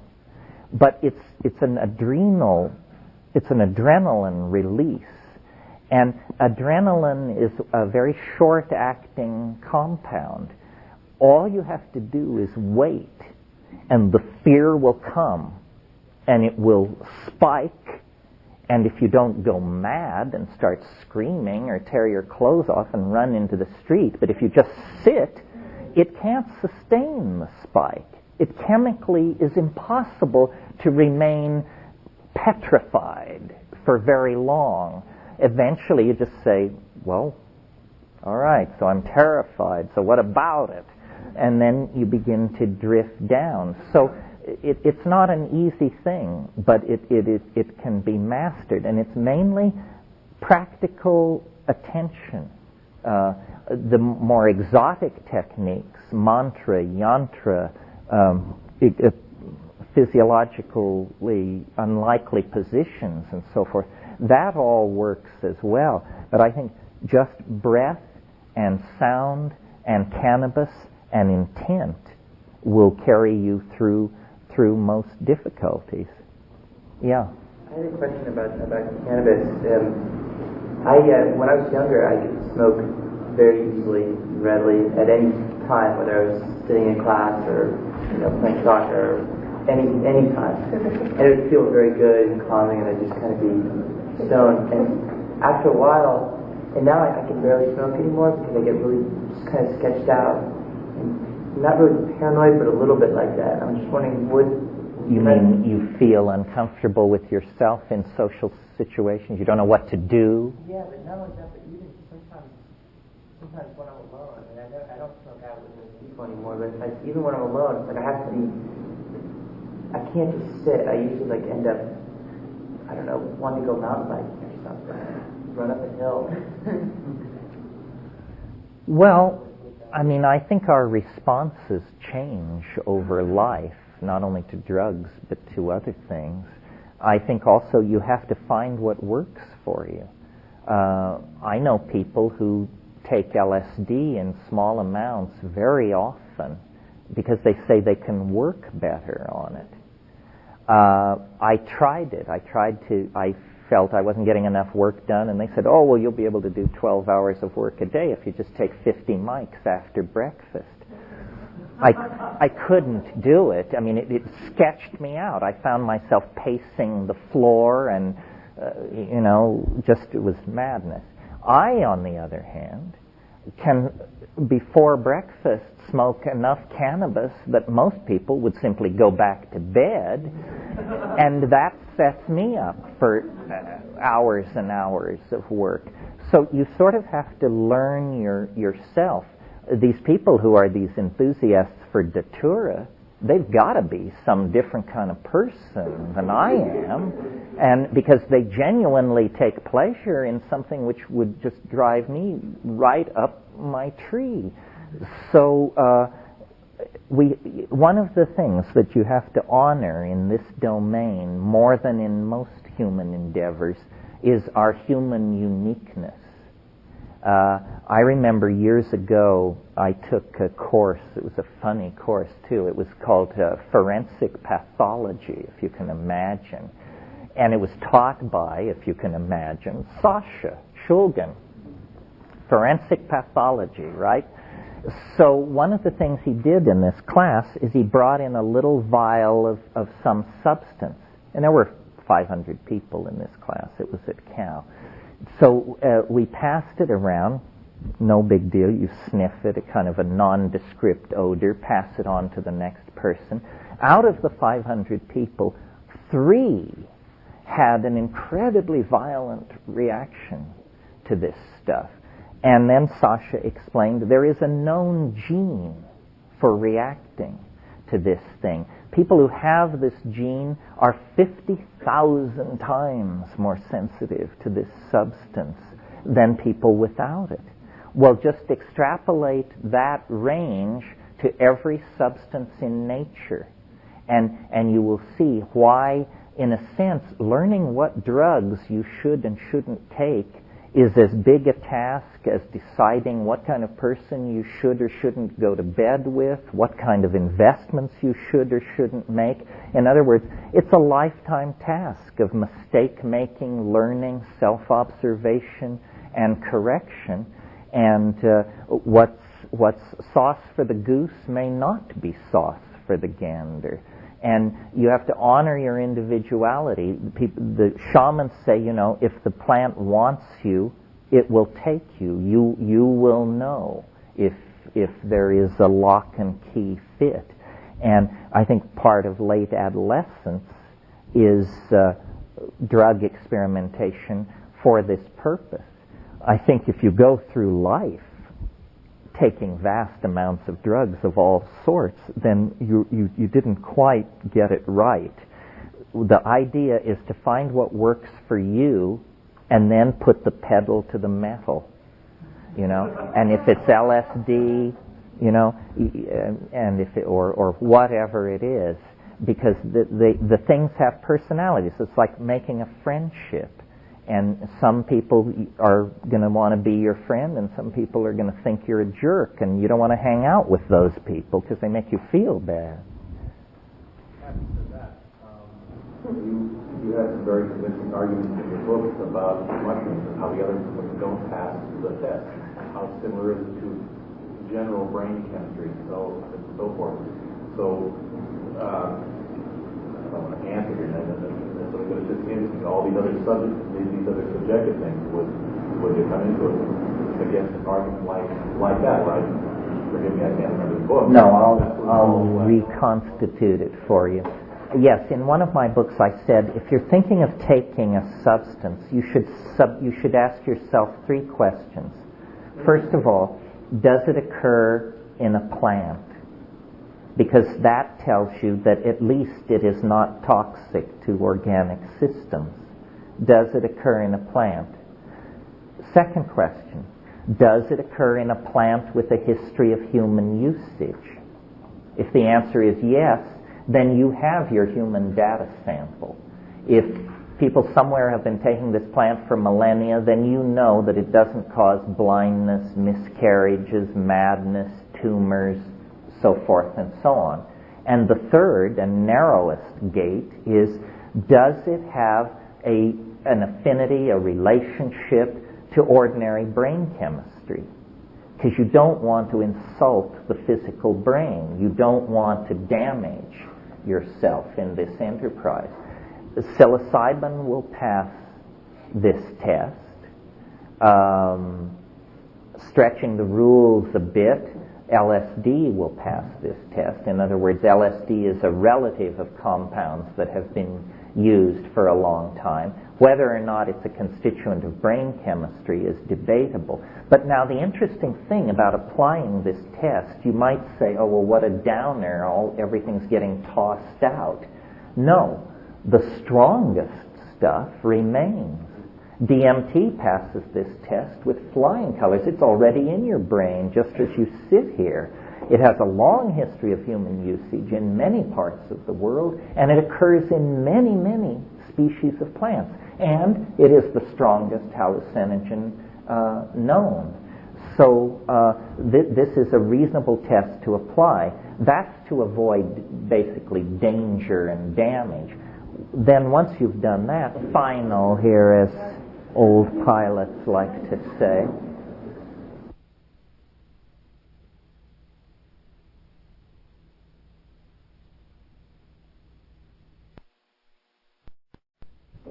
substance, you should ask yourself 3 questions. First of all, does it occur in a plant? Because that tells you that at least it is not toxic to organic systems. Does it occur in a plant? Second question, does it occur in a plant with a history of human usage? If the answer is yes, then you have your human data sample. If people somewhere have been taking this plant for millennia, then you know that it doesn't cause blindness, miscarriages, madness, tumors, so forth and so on. And the third and narrowest gate is, does it have an affinity, a relationship to ordinary brain chemistry? Because you don't want to insult the physical brain. You don't want to damage yourself in this enterprise. Psilocybin will pass this test.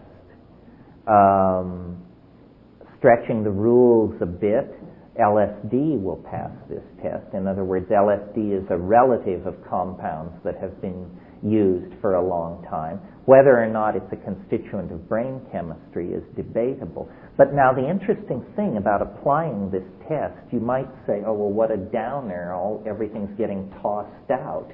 No, the strongest stuff remains. DMT passes this test with flying colors. It's already in your brain just as you sit here. It has a long history of human usage in many parts of the world, and it occurs in many, many species of plants. And it is the strongest hallucinogen known. So this is a reasonable test to apply.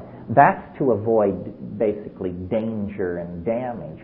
Then once you've done that, you have to figure out of those candidates remaining, who is your friend, who you have an affinity for. All right, why don't we break now, and you're going to...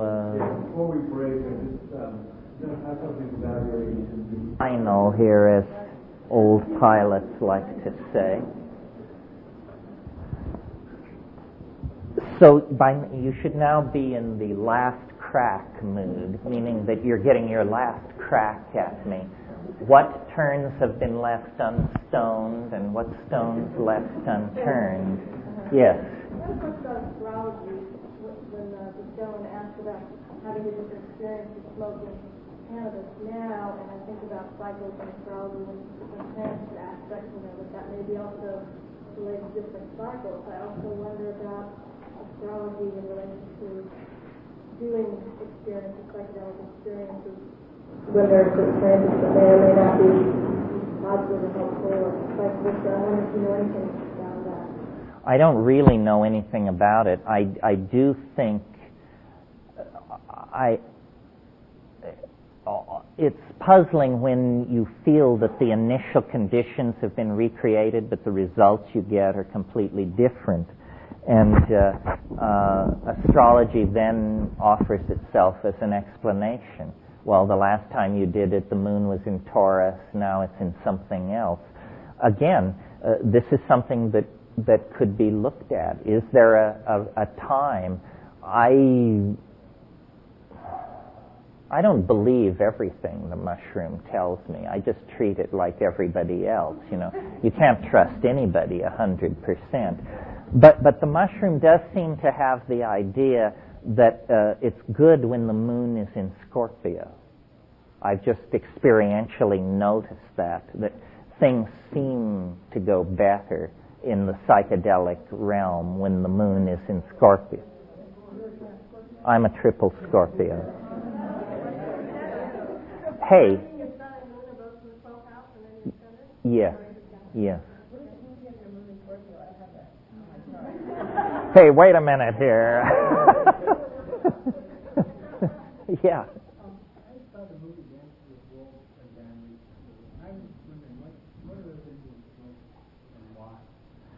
Well, they're probably smoking kinnikinnick and aboriginal tobaccos and various things. It's a very odd thing. I mean, you talk about cultural evolution and that sort of thing. Did you know that smoking was unknown in Europe and Asia until it was brought from the New World at the time of the Spanish conquest? Rome never smoked its opium. It put it in wine. Opium was never smoked in China until after tobacco was introduced. In fact, the smoking of opium in China arose largely as a result of trying to drive out tobacco smoking as a habit. This method of drug delivery, which you would assume was Paleolithic, was unknown to the civilization that we evolved in. The New World seems particularly expertise in these dimensions. For example, enemas are one of the very few things that we can that have entered our culture as a cultural contribution unique to the Amazon basin. Enemas they had rubber. They had natural rubber. And they discovered that some substances were so toxic that you didn't want to put them into your stomach, but that they would be active if you would rectally insert them. And so the enema was invented millennia ago in South America, but was a mad idea from the point of view of European medicine until it was tried. And then, of course, it became the rage. And there are then successive rages of upper colon focus that sweep through our society every once in a while. Yeah. I wonder if you could expand upon the idea that you speak about in an essay about the plant as a model for consciousness and for culture. Yeah, that was an essay that originally appeared in Whole Earth Review, I think called Plant, Plan, Planet. And what I was trying to say there was there is a great deal to be learned from emulating plants, especially in the culture of crisis that we're in. First of all, plants, they have to deal with their toxic byproducts because they can't move away from them the way we do and move into new niches. Plants are homeostatically self-regulating. Plants are small solar factories, essentially. Plants do all their work at temperatures below 115 degrees. Notice that we do our technologies operate at 600 degrees and up, and then produce all kinds of heavy metal toxins and poisons and this sort of thing. Also, in a sense, the Tao-like passivity of plants, the way in which they accept their circumstances. Essentially, an animal is an organism that can move away from the circumstances of its own being. And so, for all of these reasons, plants seem like an excellent model for the kind of future that we should be building. We want to go to lower energies. We want to go to more organic starting and ending materials in industrial processes. We want to create a kind of integrated homeostatic cohesion in our societies. In all these cases, and a solar-based society, in all these cases, the plants provide the model. They've been showing how to do these things very efficiently for a very long time. Yeah. Are you familiar with Rick Tarnas and Roth, where they get together on the whole archetypal psychology, but in specific related to the planet, and how doing people's transits or charts seems to be the only predictor? It proves to be very valid to predict the kind of journey or kind of experience a person would have, depending on the moment they. I heard that from Rick. It's very interesting. I haven't actually looked at the data. The only reason astrology is not scientifically respectable is because no one can hypothesize how the coupling takes place. In other words, how can the transit of Mercury be coupled to an event system on this planet?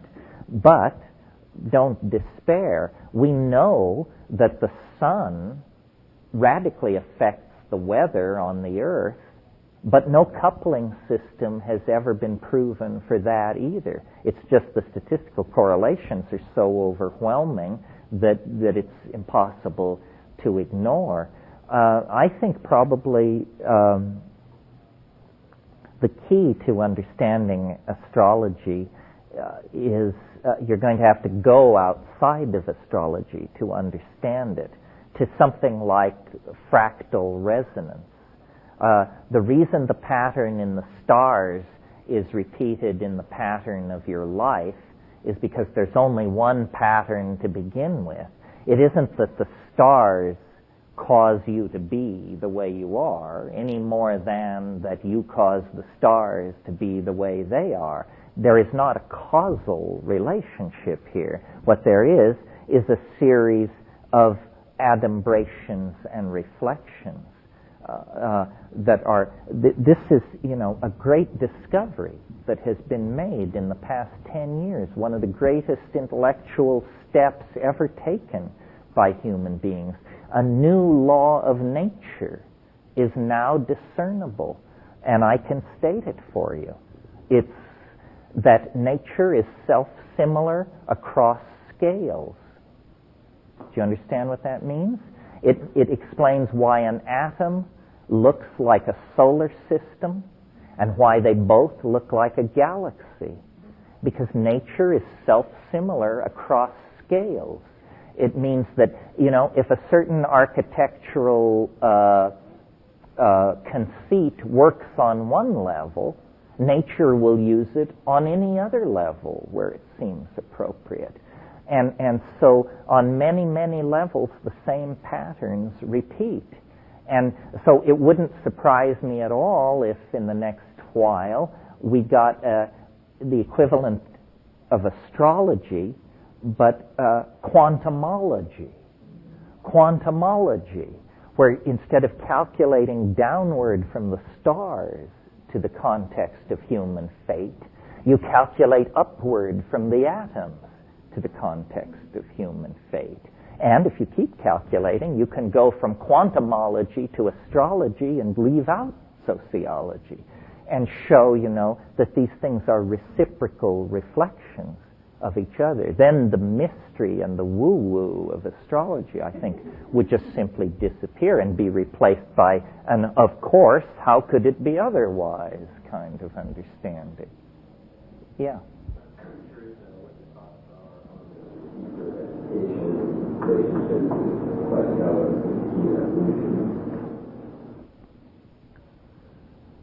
Well, somebody said the thing that has changed least in Western civilization in the last 300 years is the classroom. I mean, this could be 1500. Everything else has changed, but what do? We come with sharpened pencils and sit and listen to elderly, lecherous professionals and to try and stay out of their clutches long enough to get a degree, and then we go out and play the game. I think that this is somewhat a field, but something very profound is happening in the way in which we modern people process information. I don't know how many of you are familiar with Marshall McLuhan, but McLuhan argued that an equally profound transition occurred with the introduction of print. Print is not simply writing that's easy to read and reproduce.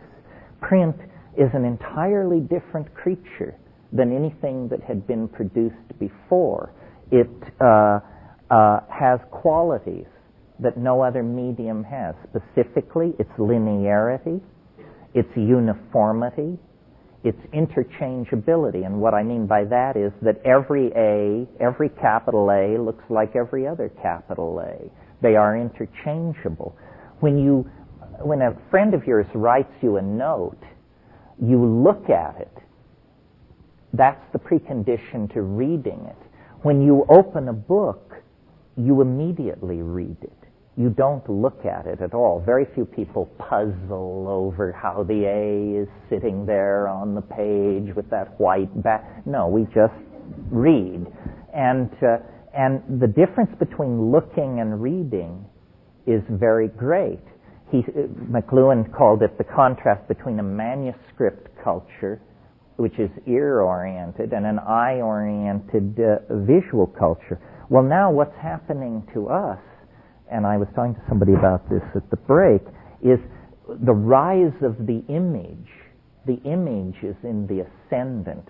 Ever since the invention of photography, let's say, in the middle 19th century, followed by color photography, followed by color lithography, followed by moving pictures, followed by television, followed by the internet, VR, stereograms, and all the rest of it.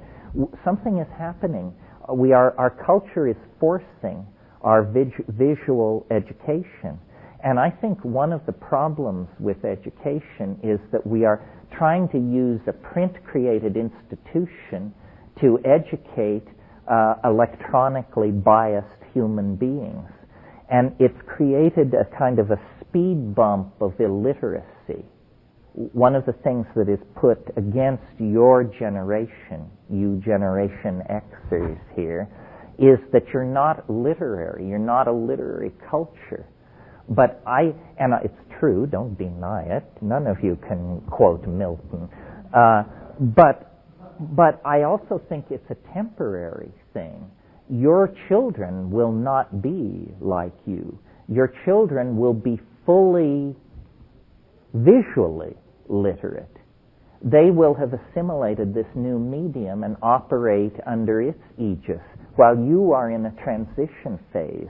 And so the kind of dumbing down of culture that has had to occur as we go from a fully literate culture to a fully electronic culture is, I think, transitional. I mean, everybody says, people learn everything from TV. Kids know every star, every show, every plot, and say, why do they know that junk when they can't memorize the sequence of U.S. presidents? Well, make a good enough TV show about it, and they probably will. Not that I'm a fan of TV, but I am a fan of the visual image, and I think TV betrays it to some degree. HD TV may correct that, but it gives psychedelics an interesting role because they are such stimulants to the visual imagination. It's almost like they lead us deeper in this cultural direction that we have great appetite for. And now, with CD-ROMs and multimedia and websites and all that, we just can't wait to show each other stuff. Everybody's building a website. Everybody wants to invite you over to see their latest visual creation. And I think that language itself is headed in this direction, that our language is literally becoming more colorful, more sparkling, more engaging, and it's because it's becoming more visual. And eventually it may be an entirely visual exercise. The rise of icons is an interesting example of this. That now wherever you go in the world, if you will push yourself just a little bit, you can understand what's going on because signage is so iconographic. It doesn't matter whether you're in Germany or France or Argentina or where you are. The signage is in an international language of visible symbols that unite us all. You see, the thing is, the word is ambiguous to a far greater degree than the image. And so when we communicate in words, we communicate incompletely. If we communicate in images, it's much closer to fulfilling the intent of communication, which is to erase the boundaries between the messenger and the message is being sent to. Yeah. What you're saying is like, I see almost a return to the archaic, because there was a time when people didn't read and they had to get their information by one image, whether it was going to church and seeing a stained glass window, but if it was fulfilled in like a picture is worth 1,000 words, looking at your 180 messages, if each one could just be a visual image, then you could have done that quickly. Well, that's why I called one of my books, The Archaic Revival, because you see, I really think the thing that McLuhan was trying to say was that every medium, be it print, he even treated the electric light as a medium. Every medium has a hidden agenda which the users of the medium are not aware of until it's too late. For instance, in his discussion of the automobile, it was invented to convey people from place to place. In practical terms, what it was a bedroom away from home. And a whole generation of people discovered sexuality much earlier than they would have because of the automobile. That wasn't its intent, but that was its effect. Similarly, McLuhan says you could never have the concept of the citizen if it was not preceded by the invention of movable type, because the citizen is an interchangeable social unit the way a letter is an interchangeable unit in typography. Also, the linearity of Western thought is a product of the fact that when we communicate in print, we arrange our thoughts in lines. That isn't done in some languages, but in ours it is. Well, then we impute that quality of our communication method to reality itself. My hope is that through holography and virtual reality and HD TV and a deep awareness of McLuhan, that we could create what I would call a biasless media. In other words, it would be a media that would do to you exactly what reality does to you, instead of pushing you in some other direction. And it would be then a return to the archaic. And it might be technically very sophisticated, but the final impression must be, I am not looking at a screen, I am not turning the pages of a book, I am not listening to earphones, I am really having this experience, and it is really real.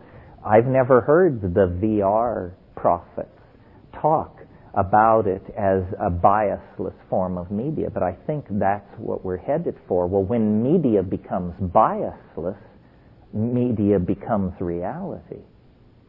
And this is within reach now. One thing I've been reading, HDD, is basically emailing dead like that. It's not beautifully developed. Using for economic reasons. I mean, virtual reality as well. The people I was reading, the average American has $110 a month as disposable income. I'm just trying to fit in your archaic revival model into the economic structure I see right now. Well, I don't know about HD TV. It seems slow coming. I saw it in Frankfurt, and I was shocked. Have you seen it? It's not at all what I expected. I expected, the hype is, it's just like a movie. It's that clear. High definition television. It's an entirely different way of doing TV. Well, it's much weirder than film. It's a window. It's freakishly three-dimensional. I mean, you can't tear your eyes off of it. You can't believe how intensely real it is. In fact, it's sort of hyper-real in some way. To the issue of virtual reality, I don't know, I was a speaker at SIGGRAPH last August, and at one point I turned to Brenda Laurel and I said, I think we can stop hyping virtual reality. It appears to have attained liftoff speed because, Soft Image, Disney, they were all there with mega $1 million outlays, and they haven't yet figured out how to deliver it. But it may not. It may be cheap. It may come over the wire. It may cost you $0.25. It may not be the fantasy of the virtual reality salon in your house. It may just simply come over the wire. I think the economics of it may delay or accelerate it, but that the appetite for it is so great that it is for sure on its way. What's holding it back is the technology, because the demands that we make of our hardware when we move to VR are incredible. I mean, look at these eucalyptus trees blowing in the wind out here. Look at how each leaf has a unique reflective index of its own, which is changing in time. Think of the computational energy that would have to be brought to bear to convincingly reproduce that in a VR environment. I mean, it's orders of magnitude more computationally demanding than anything currently being done. However, it's said of the computer, well, it's said of the automobile, if it had evolved at the same rate as the computer, a car would now go 375,000 miles an hour on a nickel's worth of gas and cost you $200. So we shouldn't assume at all that we're reaching the limits of the potential limits of the computer. I'd say we're probably about halfway there. There is right now a fiber optic experimental line between the University of Michigan and the University of Minnesota that is able to transfer 630 gigabytes per second. That's the Encyclopedia Britannica in under a 30th of a second. That's bandwidth. That can handle anything. We just have to run that experimental cable into every city and home on the planet, and then we'll have it. McLuhan had an interesting idea. McLuhan's a weird character because a very advanced thinker, but a convert to Catholicism, so forth and so on. He finally concluded that electricity is the physical descent of the Holy Ghost into history. That as the planet, as our cities turn to light and everything is linked together informationally, that this is the enfolding presence of the third person of the Trinity. And, since electricity is a fairly mysterious item anyway, who is to say not? In practical terms, it may lead to something very, very much like that, a gathering of us all together in cyber, hyper, shamano space.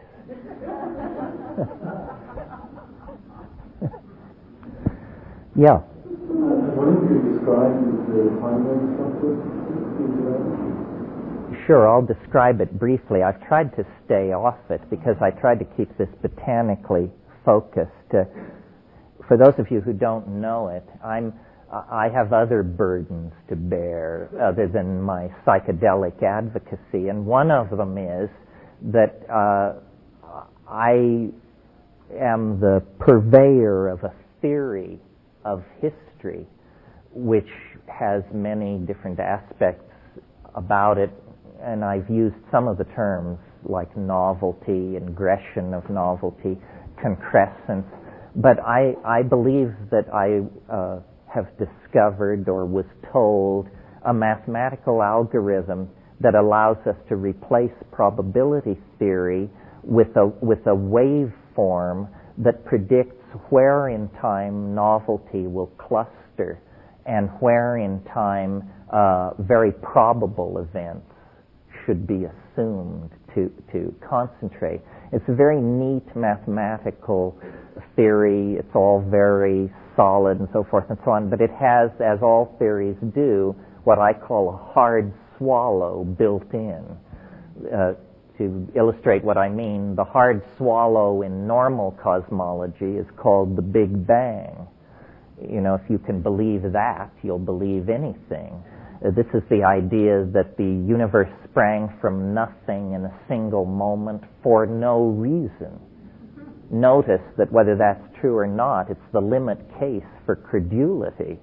I mean, if you can believe that, it's a little hard to know what you would dig your heels in on. The hard swallow in my theory is that it seems to all calculate out to prove that we're less than 18 years away from an event as dramatic as the Big Bang, but sort of the Big Bang in reverse, what I call the big surprise. That this process of boundary dissolution that we have been experiencing in our historical and cultural adventure is accelerating by a factor such that half of the history of the universe is going to unfold in the next 17 years. As much will happen, in other words, in the next 17 years as happened in the previous 17 or 20 billion years. That in fact history is the phenomenon which immediately precedes this event. sort of in the way that the dilation of the cervix is the phenomenon which immediately precedes the birth of an infant. History is the indicator event that says the transcendental object hidden in the protean depths of nature is about to shed all its foils and emerge in its hyperdimensional nakedness at the end of time. And it would be a mad thing to hypothesize, except that the mathematical algorithm allows very accurate predictions of the past. Now, at first that may sound silly, but notice it's easy to predict the future. Who the hell can naysay it? It's very difficult to predict the past because it's already happened. So whether you were right or wrong or not is going to be immediately determinable. And I believe, based on this theory's ability to describe the past, that we should take very seriously the idea that we are, in fact, the carriers of a process of universal metamorphosis that is reaching its culmination. You may find that impossible to imagine, that in 18 years the world will turn itself inside out. But I think if you sit with it a while, try to imagine that not happening. Try to imagine this world 500 years from now, if we continue with business as usual and no vertical gain. It's inconceivable. We have painted ourselves into some kind of a corner. I grant you my schedule is a little breathtaking, only 18 years, but I'll bet you if my schedule were 100 years, you'd feel that it was uncomfortably long viewed. Sometime in the next little while, it's going to be apparent to everybody that the human adventure is building towards some kind of quantized transition point. We are not going to wander in the miasma of techno-worship, male dominance, resource exploitation, and ever-burgeoning human populations forever. It's impossible. It's a self-limiting exercise. And to the degree that we can educate ourselves and communicate with each other, we can hasten this process, or at least make it easier for the planetary culture to go through. Yeah. So given that metaphor of preparing for another birth, would it be presumptuous to look at the plants coming into this North American culture as sort of like when I was getting ready to birth, for about 4 hours before, I started getting flooded with visions and hallucinations of going into the other world. And I'm seeing that the plants in this culture and their reawakening in the last 30 years could be sort of that momentum to help move us into this new birth process. Oh, I think so, because I think what we're going to, history is ending, but time will continue. Well, what is time without history for human beings? Well, it's the archaeon. We're going back into the archaic, and apparently as central to the archaic as nuclear physics and economics is to our world was shamanism and hallucinogenic plants. So I think we're preparing to make a return. Nothing happens without a reason, and nothing is unannounced. This is something the mushroom told me. It's a very interesting idea. Nothing is unannounced. If you are sensitive enough, you can never be taken by surprise, because there is always the wave which precedes the actual arrival of the event. And a lot of people talk about the end of the world, but it's almost entirely couched negatively. I feel that I am, without a doubt, the most optimistic person I have ever met or heard of. And yet, after I give some of my lectures, people come up to me and say, it was frightening. It was an appalling vision of what... He said, you missed the point. I'm telling you God's kingdom is 18 years away. How could you possibly interpret that as negative? And say, well, but aren't you saying that everything will be changed and transformed and swept away? Well, yes, but, that's the way of it. You want a psychedelic truth? 30 years of psychedelic voyaging, I can distill it for you. This is not a psychedelic truth. This is truth. Here it is. Yes.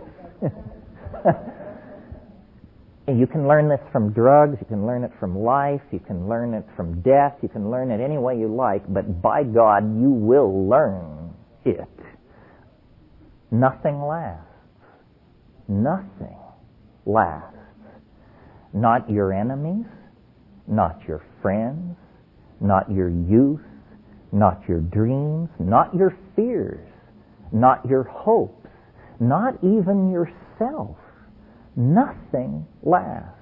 I mean, this has been said often, but felt rarely. Heraclitus said, "Pantitreia," all flows.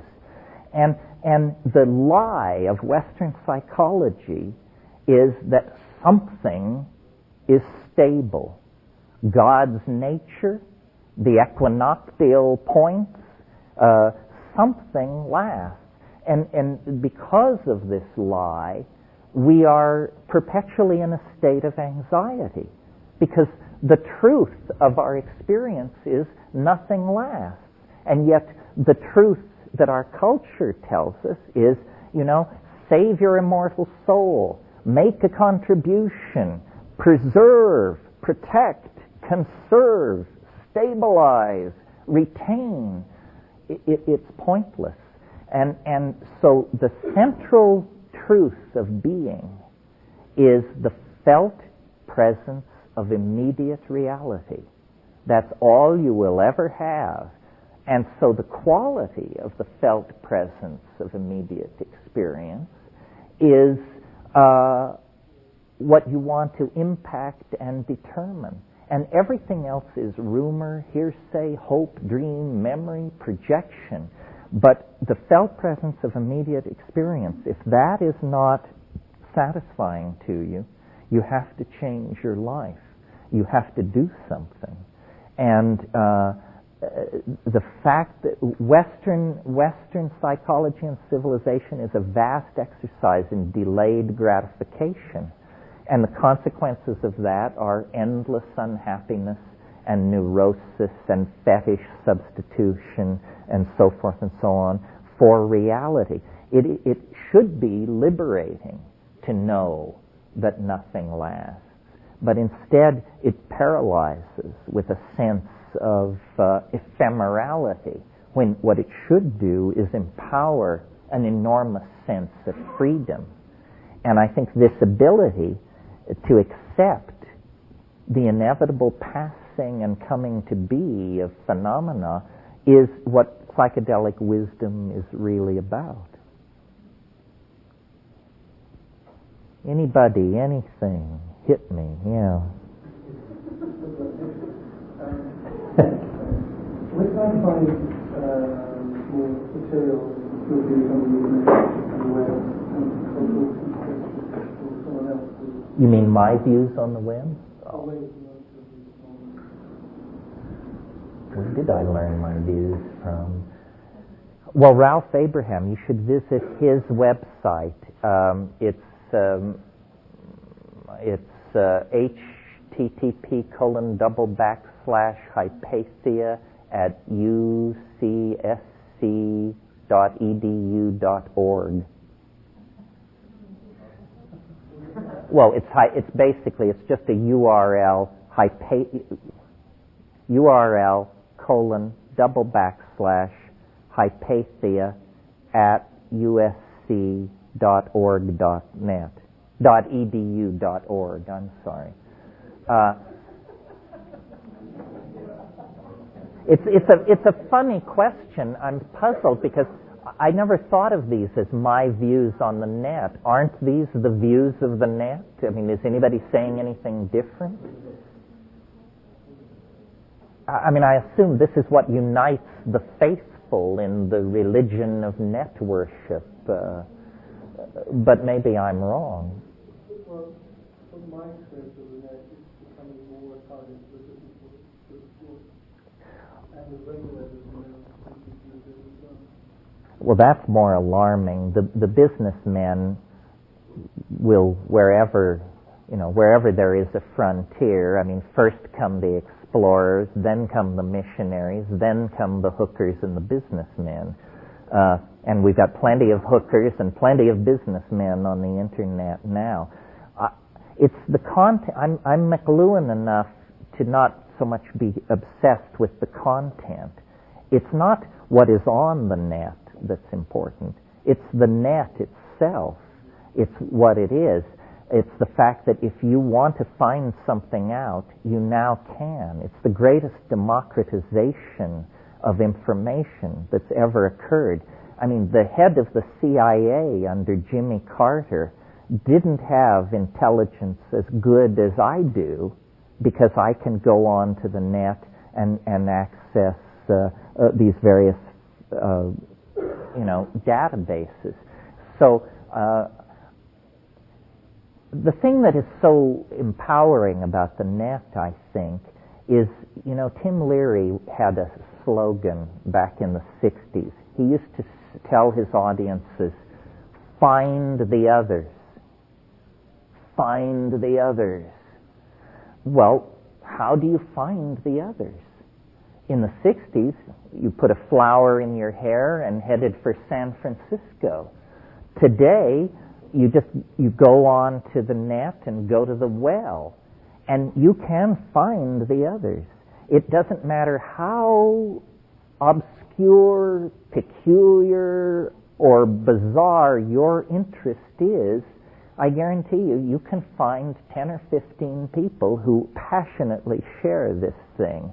And that empowers you, and it builds communities. And community is the enemy of authoritarian organization, because community springs from the heart, authority springs from theory. Keeping us in a decommunal state is a major part of the agenda of anybody controlling us. That's why the internet is so terrifying to people, because obviously it strengthens dissidence. Just last week, this stupid thing happened in Congress, the Digital Decency Act. Ask yourself, how many times have you been told that child pornography, bestiality, so forth and so on, is being purveyed to thousands of people on the net? Then if you have any experience of the net, you realize that that's like thinking of San Francisco as that one corner at Broadway and Columbus where they peddle girly mags. That's just a part of San Francisco. It's a complex civilization. We have all kinds of people. Everybody should be able to do what they want. But to define San Francisco that way would then lead you to the conclusion, well, maybe we better seal off San Francisco and clean up this hideous evil that's breaking loose. This is what's being done on the web. The public is being manipulated by major media to think that the web is just swarming with pederasts, fetish. But please, every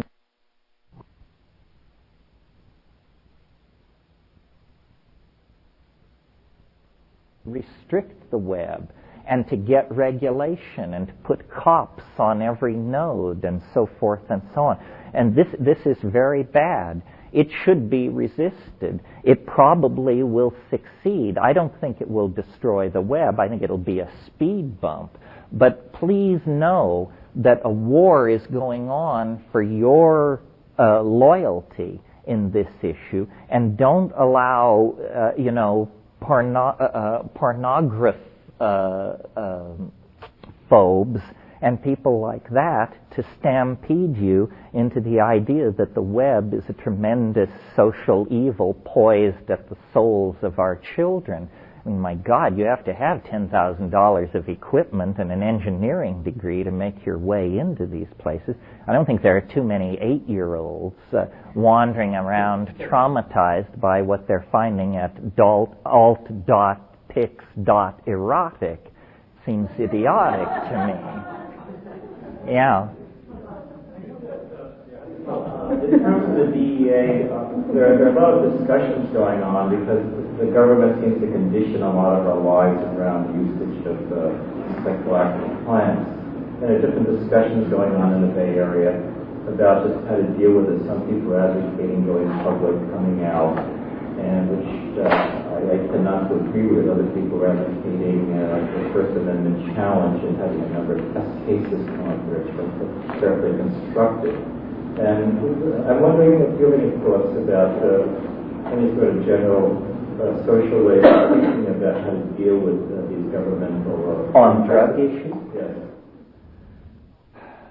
It's a complicated thing because there are two levels. There is, first of all, the drug problem we are told we have, which is too many people are taking too many bad drugs and committing crimes in order to obtain money to buy drugs, or committing crimes in order to transport, manufacture, and deal drugs. And this has dehumanized our society, and it's a terrible scourge, and we have to do something about it. That's level one of the drug problem. What you are not told is that governments are the chief offenders. Most drugs in the world are either produced by governments or produced with the connivance of governments. And our little bailiwick, the psychedelics, don't even figure in this issue because not enough money is being made. The only psychedelic that ever made anybody any money was LSD. And on a scale where we're talking about methamphetamine, cocaine, and heroin, the fortunes made off of LSD were minuscule. The drug thing is a con. Governments need vast amounts of untraceable cash, they believe, because they turn it over to their secret police agencies who then pursue secret agendas where they try to control events by illicit and non-sanctioned means. And by that I mean rigging elections, murdering labor leaders, hounding liberal editors into retirement, smearing people, so forth and so on. The hard drug markets of this world are entirely in the hands of governments. You know, somebody pulls a stunt in Kuwait, and we're there in a moment. We send troops to Haiti, but these mysterious jungle warlords in Burma seem untouchable. Nothing can be done. They're beyond the reach of any army, any aerial bombing campaign. It's just mysteriously indestructible, these warlords in Burma. Well, it's because they are the producing end of an illicit, world-girdling organization whose purpose is to deliver drugs to the market. And I believe that the CIA got into this game because, you could almost say, for good reasons from their point of view. The CIA in the middle 60s, as well as the rest of the American establishment, was confronted with the spectacle of black people determined to burn down the core of every city in America until they got social justice. The decision was made to bring hundreds of tons of chemically, pharmaceutically pure China White number 3 heroin into those ghettos and just basically dump it on the ground and see what happens.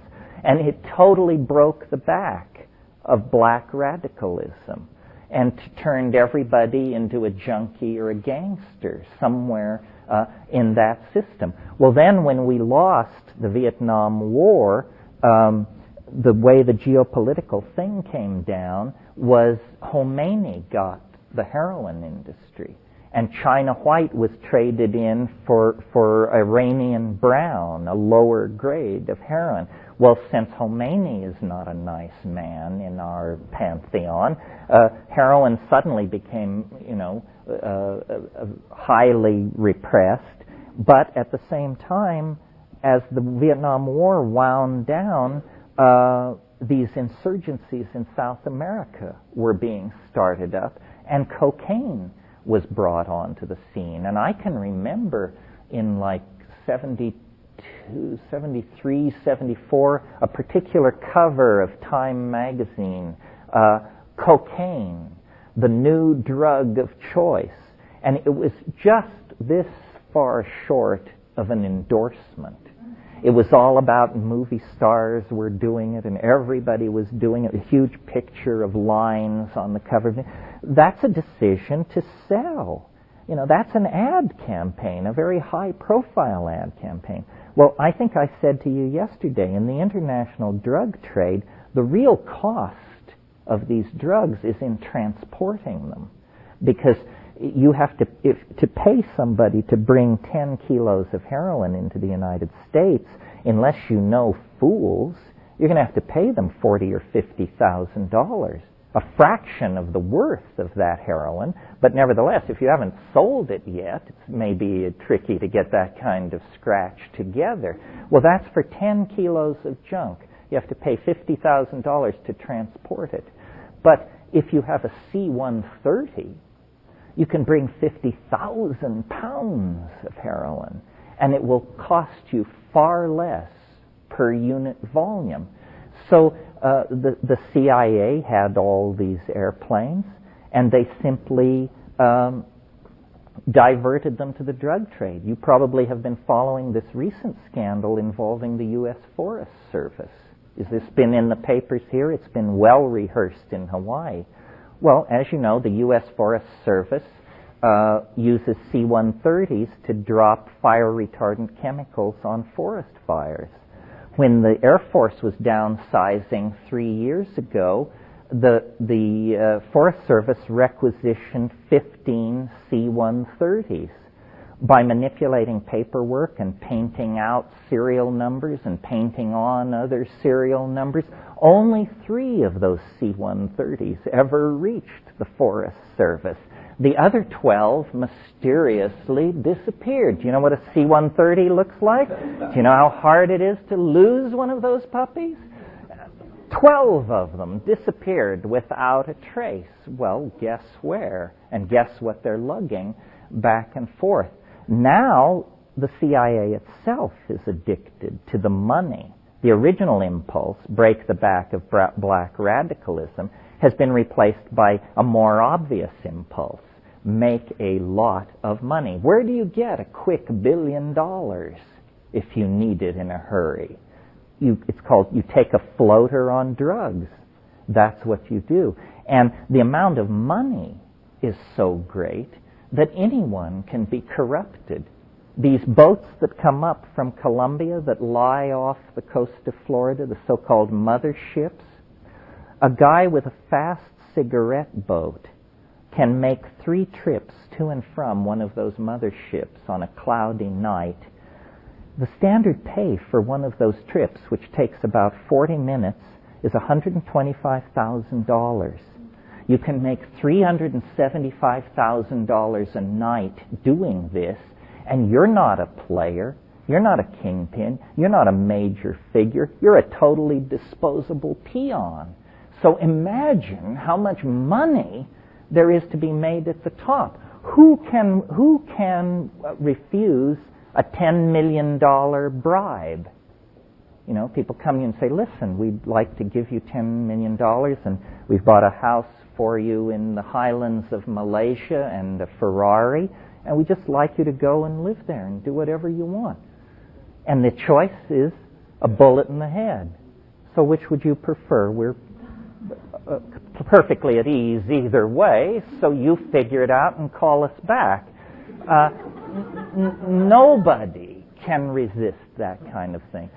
So we're in a situation where we are being radically manipulated by governments because they are addicted to a style of piratical rogue capitalism that is just simply the greatest windfall ever imagined. I mean, there has never been anything like the modern illicit drug trade in the history of the world. 10 years ago, the drug trade and the international arms trade were on a par with each other. Today, the international drug trade makes 10 times as much money as the international arms trade, and there's no end in sight.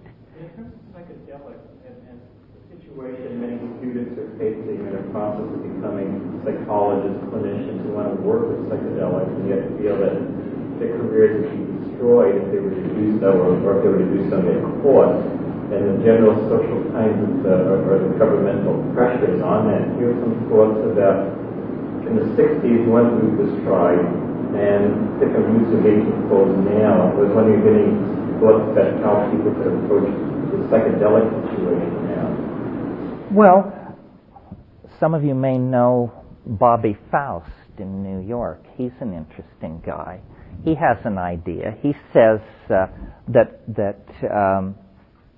he advocates something which he calls civil obedience. He says not civil disobedience, but civil obedience.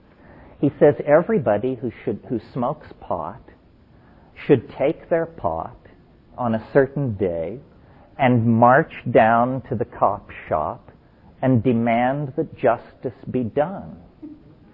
And that if everybody who smoked pot did that, the courts would be so clogged, the entire madness of the whole thing would be exposed for everyone to see, and it would just be impossible to enforce. That's a strategic idea. It might work. From observing American society as long as I have, it's very clear to me they don't hand out rights around here. The only people who have any rights are people who demand them. And you can look at how black people broke free in the 60s. You can look at how the gay community got itself together in the 70s and 80s. And apparently, unless you're willing to stand up for what you are, you're going to be forever stigmatized. It was black people, they couldn't escape it. The reflectivity of their skin marked them. But it was very, very courageous for gay people, many of whom were way in the closet and doing well in straight society, to risk all that and say, no, look, this is what's going on. This is who I am. Now, if there's a problem, it's your problem, not my problem. And homosexuality was a crime in many states, in most states, just as drugs are. So I think really, if we're serious, we're going to have to risk something. We're going to have to risk our jobs, our reputations, perhaps some of our friendships, and just say, look, this is what it is. Now, if you don't like it, don't do it. But don't legislate for the rest of us. Society is a very complex enterprise, and what's good for you may not be good for me. And if it's to be done in mass action, that's better. We all feel better if we march in a group than if we march alone. But we drug people are incredibly, we fold too easily, I think. I think we feel great shame on some level about what we've done. I mean, it's very hard to stand up to a really straight person and say, yeah, no, I didn't try it. I just did it 10 minutes ago. We're not talking about my wild college days. We're talking about 35 seconds before I stood in your presence. And see, I'm not falling down. I'm not about to commit murder. I'm just like you are, except I have this different preference. And force that. And it's the task of a generation. You know, the right wing, they understand far better than we do. I mean, when Pat Buchanan says it's cultural war, he's talking about us. We're the counterculture. we're the enemy. And the response of a desperate foe is an ever more desperate lashing out.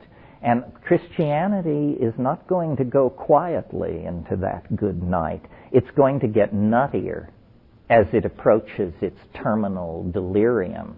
The killing of abortion doctors is a good example. What does that do for the right to life movement? It totally discredits them. It moves them from a position that is maybe different from yours but arguable to just nuts. We no longer have to make any kind of effort to sway those people or come to terms with them. They're crazy people. You would no more try to convert them to your point of view than you would try to convert somebody who pulled a gun on you in an alley. Yeah. What do you see happening with the DMT trade? I mean, obviously there's probably not much of a trade right now because it seems to be a very elusive substance out there. Though one would probably argue, you would argue that more people should use it and see it and this experience. You mean, do I think there'll be more of it? And how that will progress. I mean, will it become something, like mushroom industry is fairly well developed because it's a very profitable type of thing. It seems to be to a large extent, a money-driven type of occupation that people go into it for money. It's about money. Well, yes. I mean, the mushroom thing is a little different in the sense that a dedicated mushroom grower who works day and night can produce maybe 10,000 hits of mushrooms in a year. A chemist working with sufficient material can produce millions of doses of a pure compound. I think the reason mushrooms have flourished in such have you noticed how mushrooms have been around since 1975? Have you noticed how the press never writes about it, never interviews with underground mushroom growers, never exposes it, never talks about it? That's, I believe, because to expose it is to inspire ever more people to do it. It's very easy to do. You don't have to have a lot of capital backing. You don't have to have a degree in biochemistry. You don't have to be able to handle explosive materials. It's a very quiet, calm, cottage industry kind of thing. I think DMT, first of all, I know there's more DMT around in the last year and a half than in the previous 20 years. I don't know who's making it or where it's coming from, but I'm certainly grateful to them. I think there will be more and more. One thing about DMT that holds it back as a commercial commodity is, if you sell somebody a gram, you may not see them for a year. If you sell somebody a gram of cocaine, they'll be back 8 hours later. The speed at which people consume their DMT I know somebody who has 2 grams of DMT, and I said, "You're not using it very fast." And he said, "Yes, well, I'm saving it for my grandchildren." I said, "You're not even married, for God's sake." So it's more an act of love and dedication, but I think there are enough people out there who care more for hell-raising and outrage than money that we can depend on them to produce some of this stuff. And some people make it simply in order to have it for themselves, and then, of course, they overproduced by a factor of 1,000, so they might as well dump the rest of that stuff. But I would love to see it's always puzzled me why there aren't 4-inch headlines on every newspaper on the planet saying, drug discovered which opens doorway to hyperspace. How can they keep it secret? How can it be a secret? I mean, we live in a culture where people regularly jump out of airplanes for recreational pleasure. That's the kind of culture we live in. And yet DMT has not made its way very deeply into that culture. I mean, if what people want is thrills, my God, are there thrills still untapped?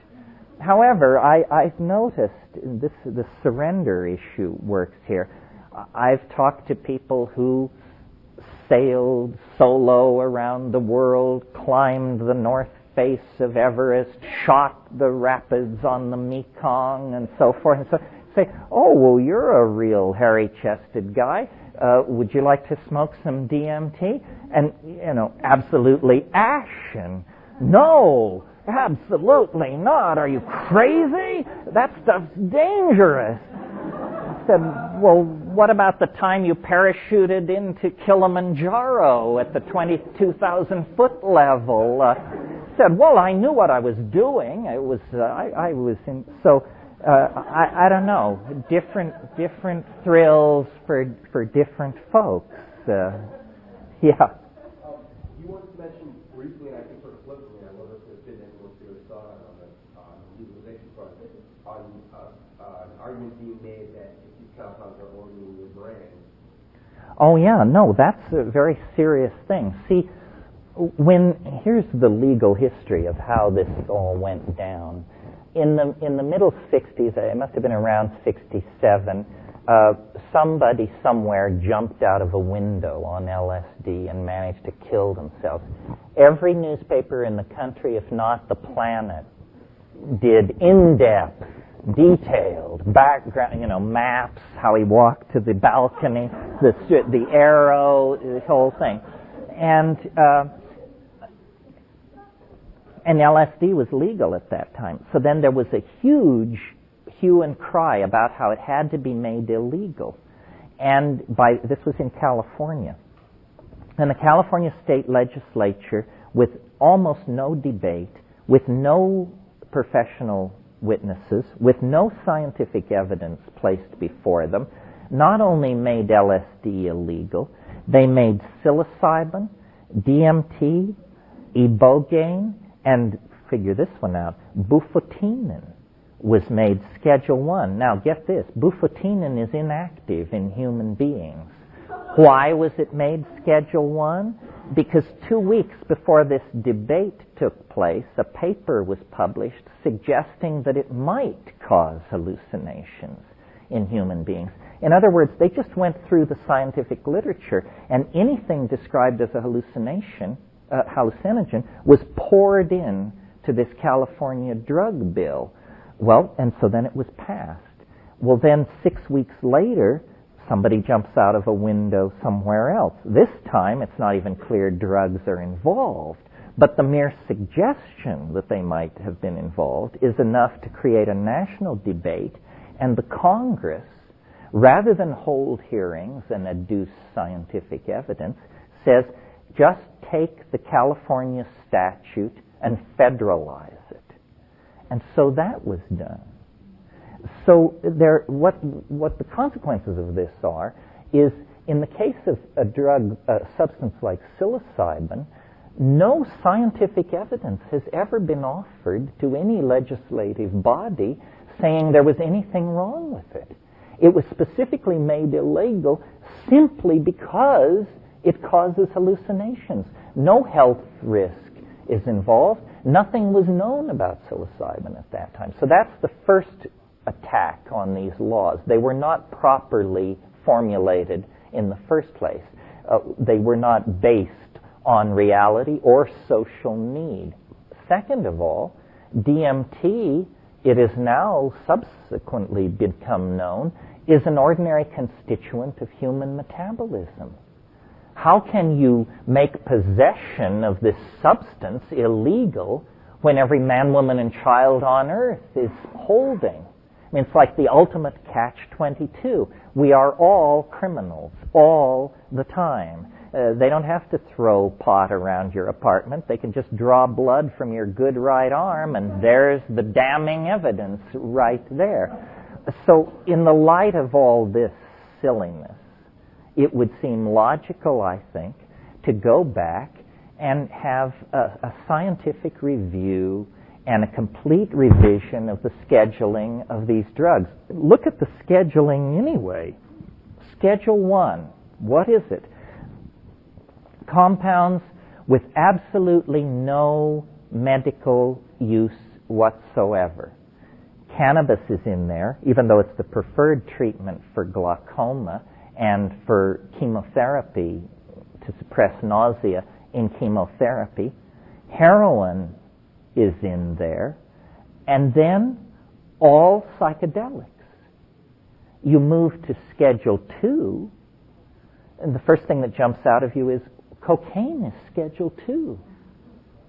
Marijuana is considered to be a more dangerous and devastating drug than cocaine. Why? Because, by the rules of the game, cocaine is used in certain medical procedures to anesthetize the optic nerve sometimes and to anesthetize nerves in the throat for certain forms of surgery. So because it has this obscure medical use, it's Schedule 2. And this doesn't make any sense at all.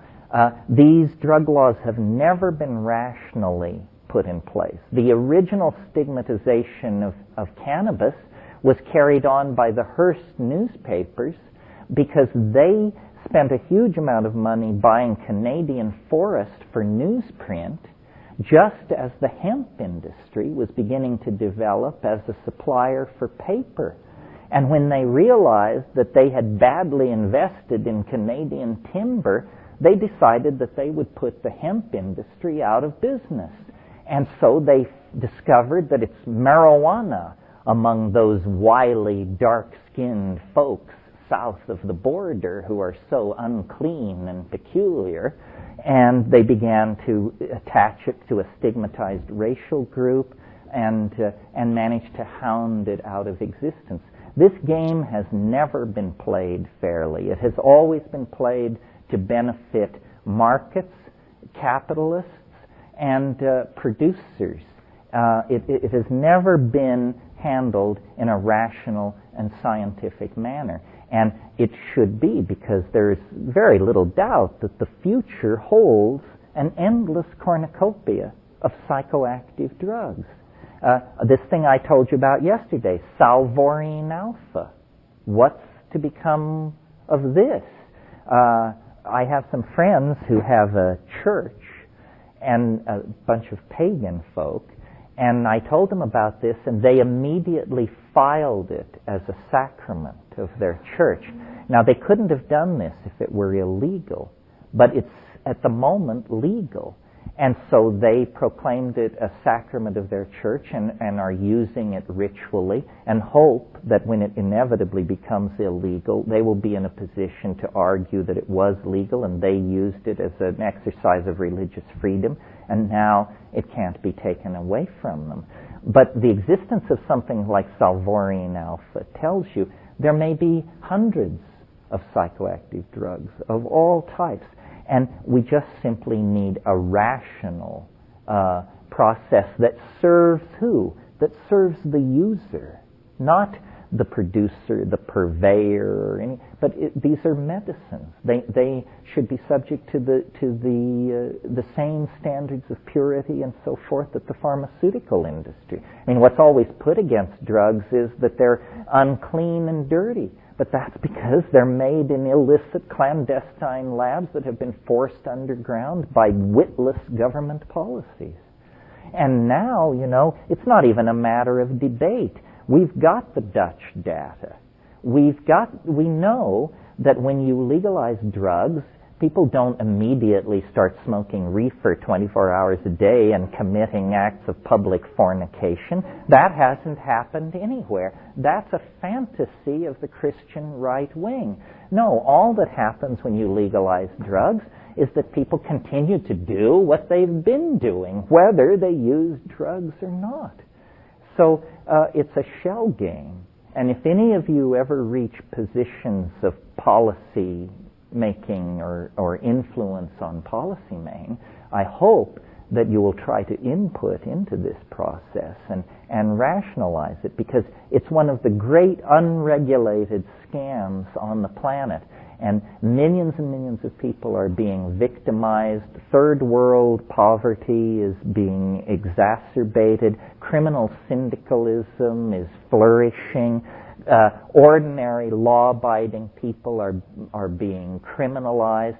People are being made to feel guilty about simply trying to understand their own spiritual yearnings and their own place in the cosmos. It's a tragic situation, and it's retarding cultural transformation. Yeah. Are other countries, besides the Dutch, Holland, are other countries more lax about this than we are? Yeah. In North America, particularly anal retention? Oh, absolutely.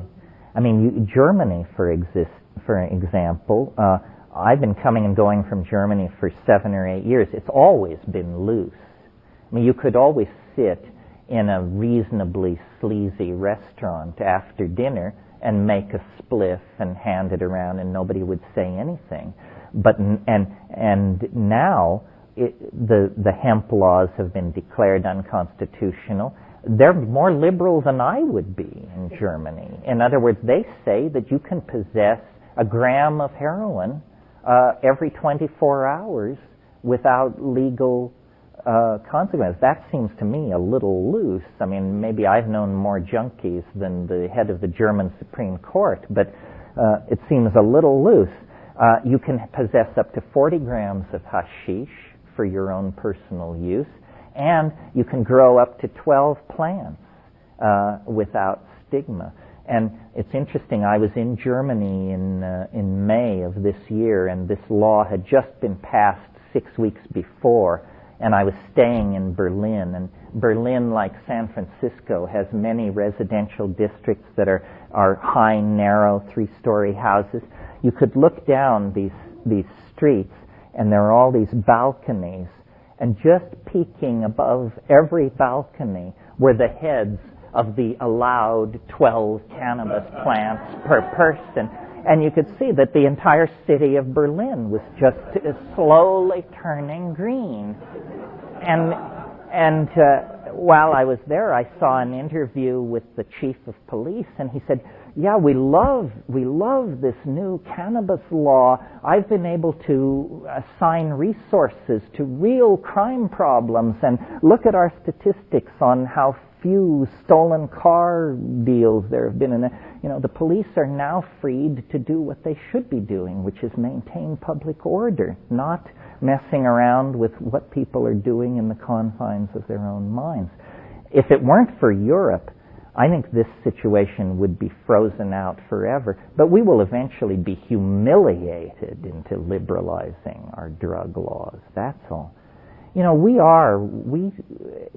I had always traveled all over the world, but I'd never really been to Europe till about 8 years ago. And when you go there, you discover what some people say it was de Tocqueville, and some people say Charles de Gaulle, but someone said, America, it's a footnote on European civilization. And you go there and you discover, oh, this is where it all came from. This is where they invented all of this stuff. What peculiarly complicates our situation is Europe is a genuinely secular society.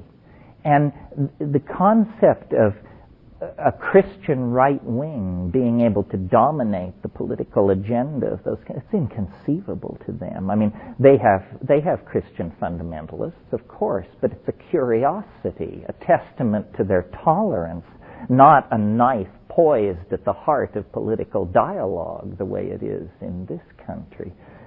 We have allowed ourselves to become too rigidified in this meddling sort of neo-Lutheran attitude toward each other.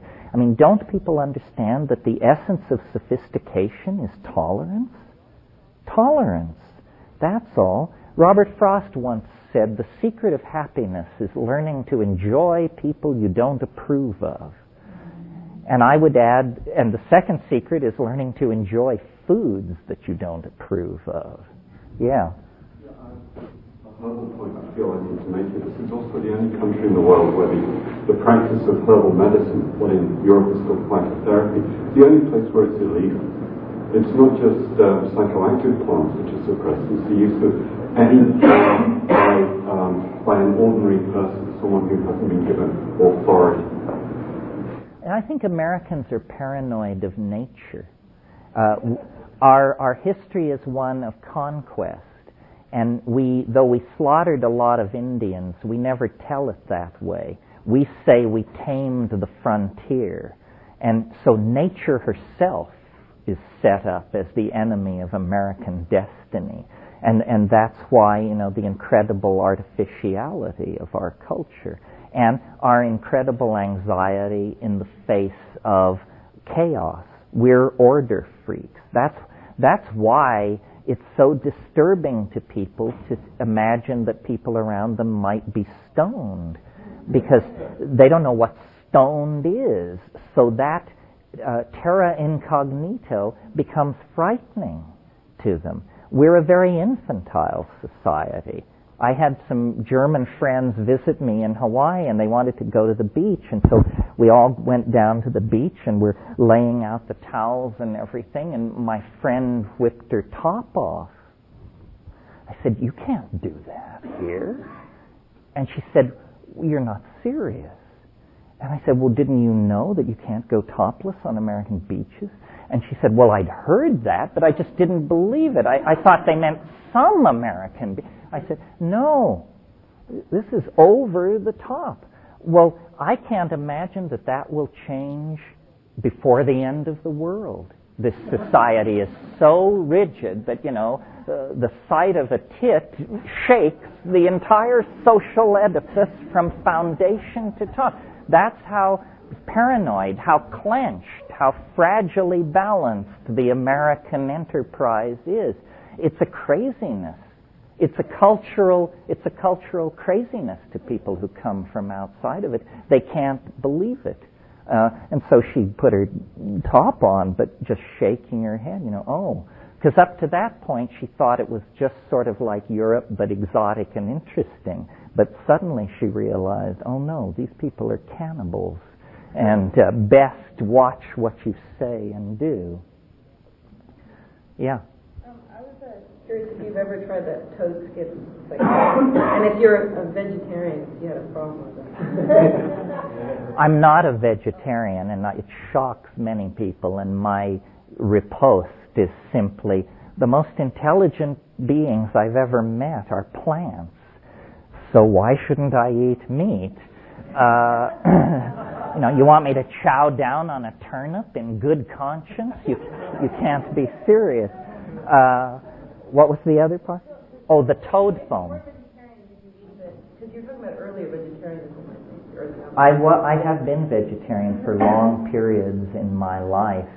Now I sort of follow the hippie philosophy that your body knows what it wants, even if it's a Snicker. The deeper wisdom of the body. As far as toad foam, it isn't toad skin. So that we don't have to worry about the fate of the toad is not sacrificed in this process unless your milking technique is excessively vigorous. The substance is 5-methoxy-DMT, and many people like it. I don't prefer it simply because it's just like DMT, except there's no visions. And that's a little like saying it's just like the Philadelphia Philharmonic, only there's no orchestra. But it is a huge tryptamine-like feeling that because it's not been studied, the toxicology of it is not well understood. And I've seen people get pretty uncomfortable with it. I've never seen anybody vomit on DMT. I have seen it repeatedly on 5-MeO. One piece of information about 5-MeO, which don't draw any conclusions, but it's worth knowing, it's fatal to sheep.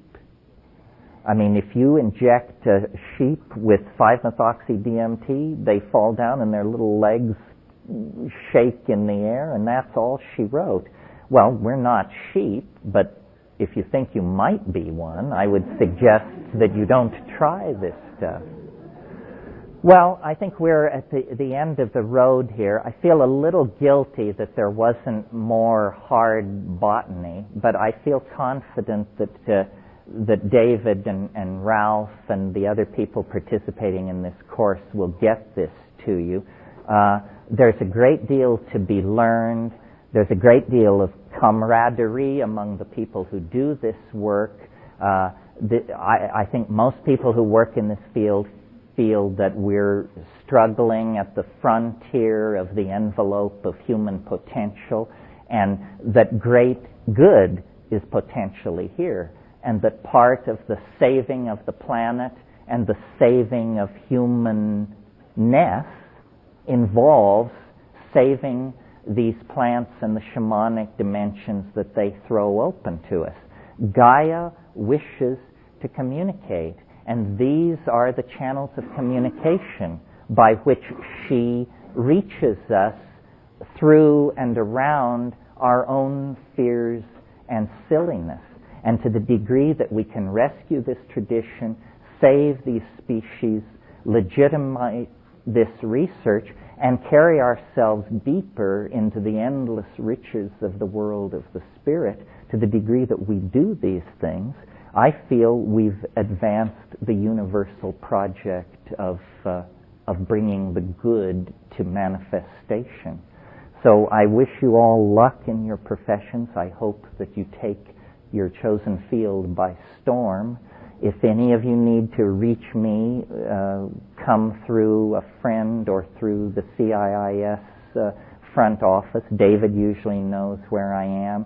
If you think I can help you by introducing you to someone or pointing you toward a reference or in any other way, feel free. This is very important work. Whether we succeed or fail, it would be tragic not to make the effort, because I think we really align ourselves with the Gaian intent when we bring these things to the community and share them. Thank you very much.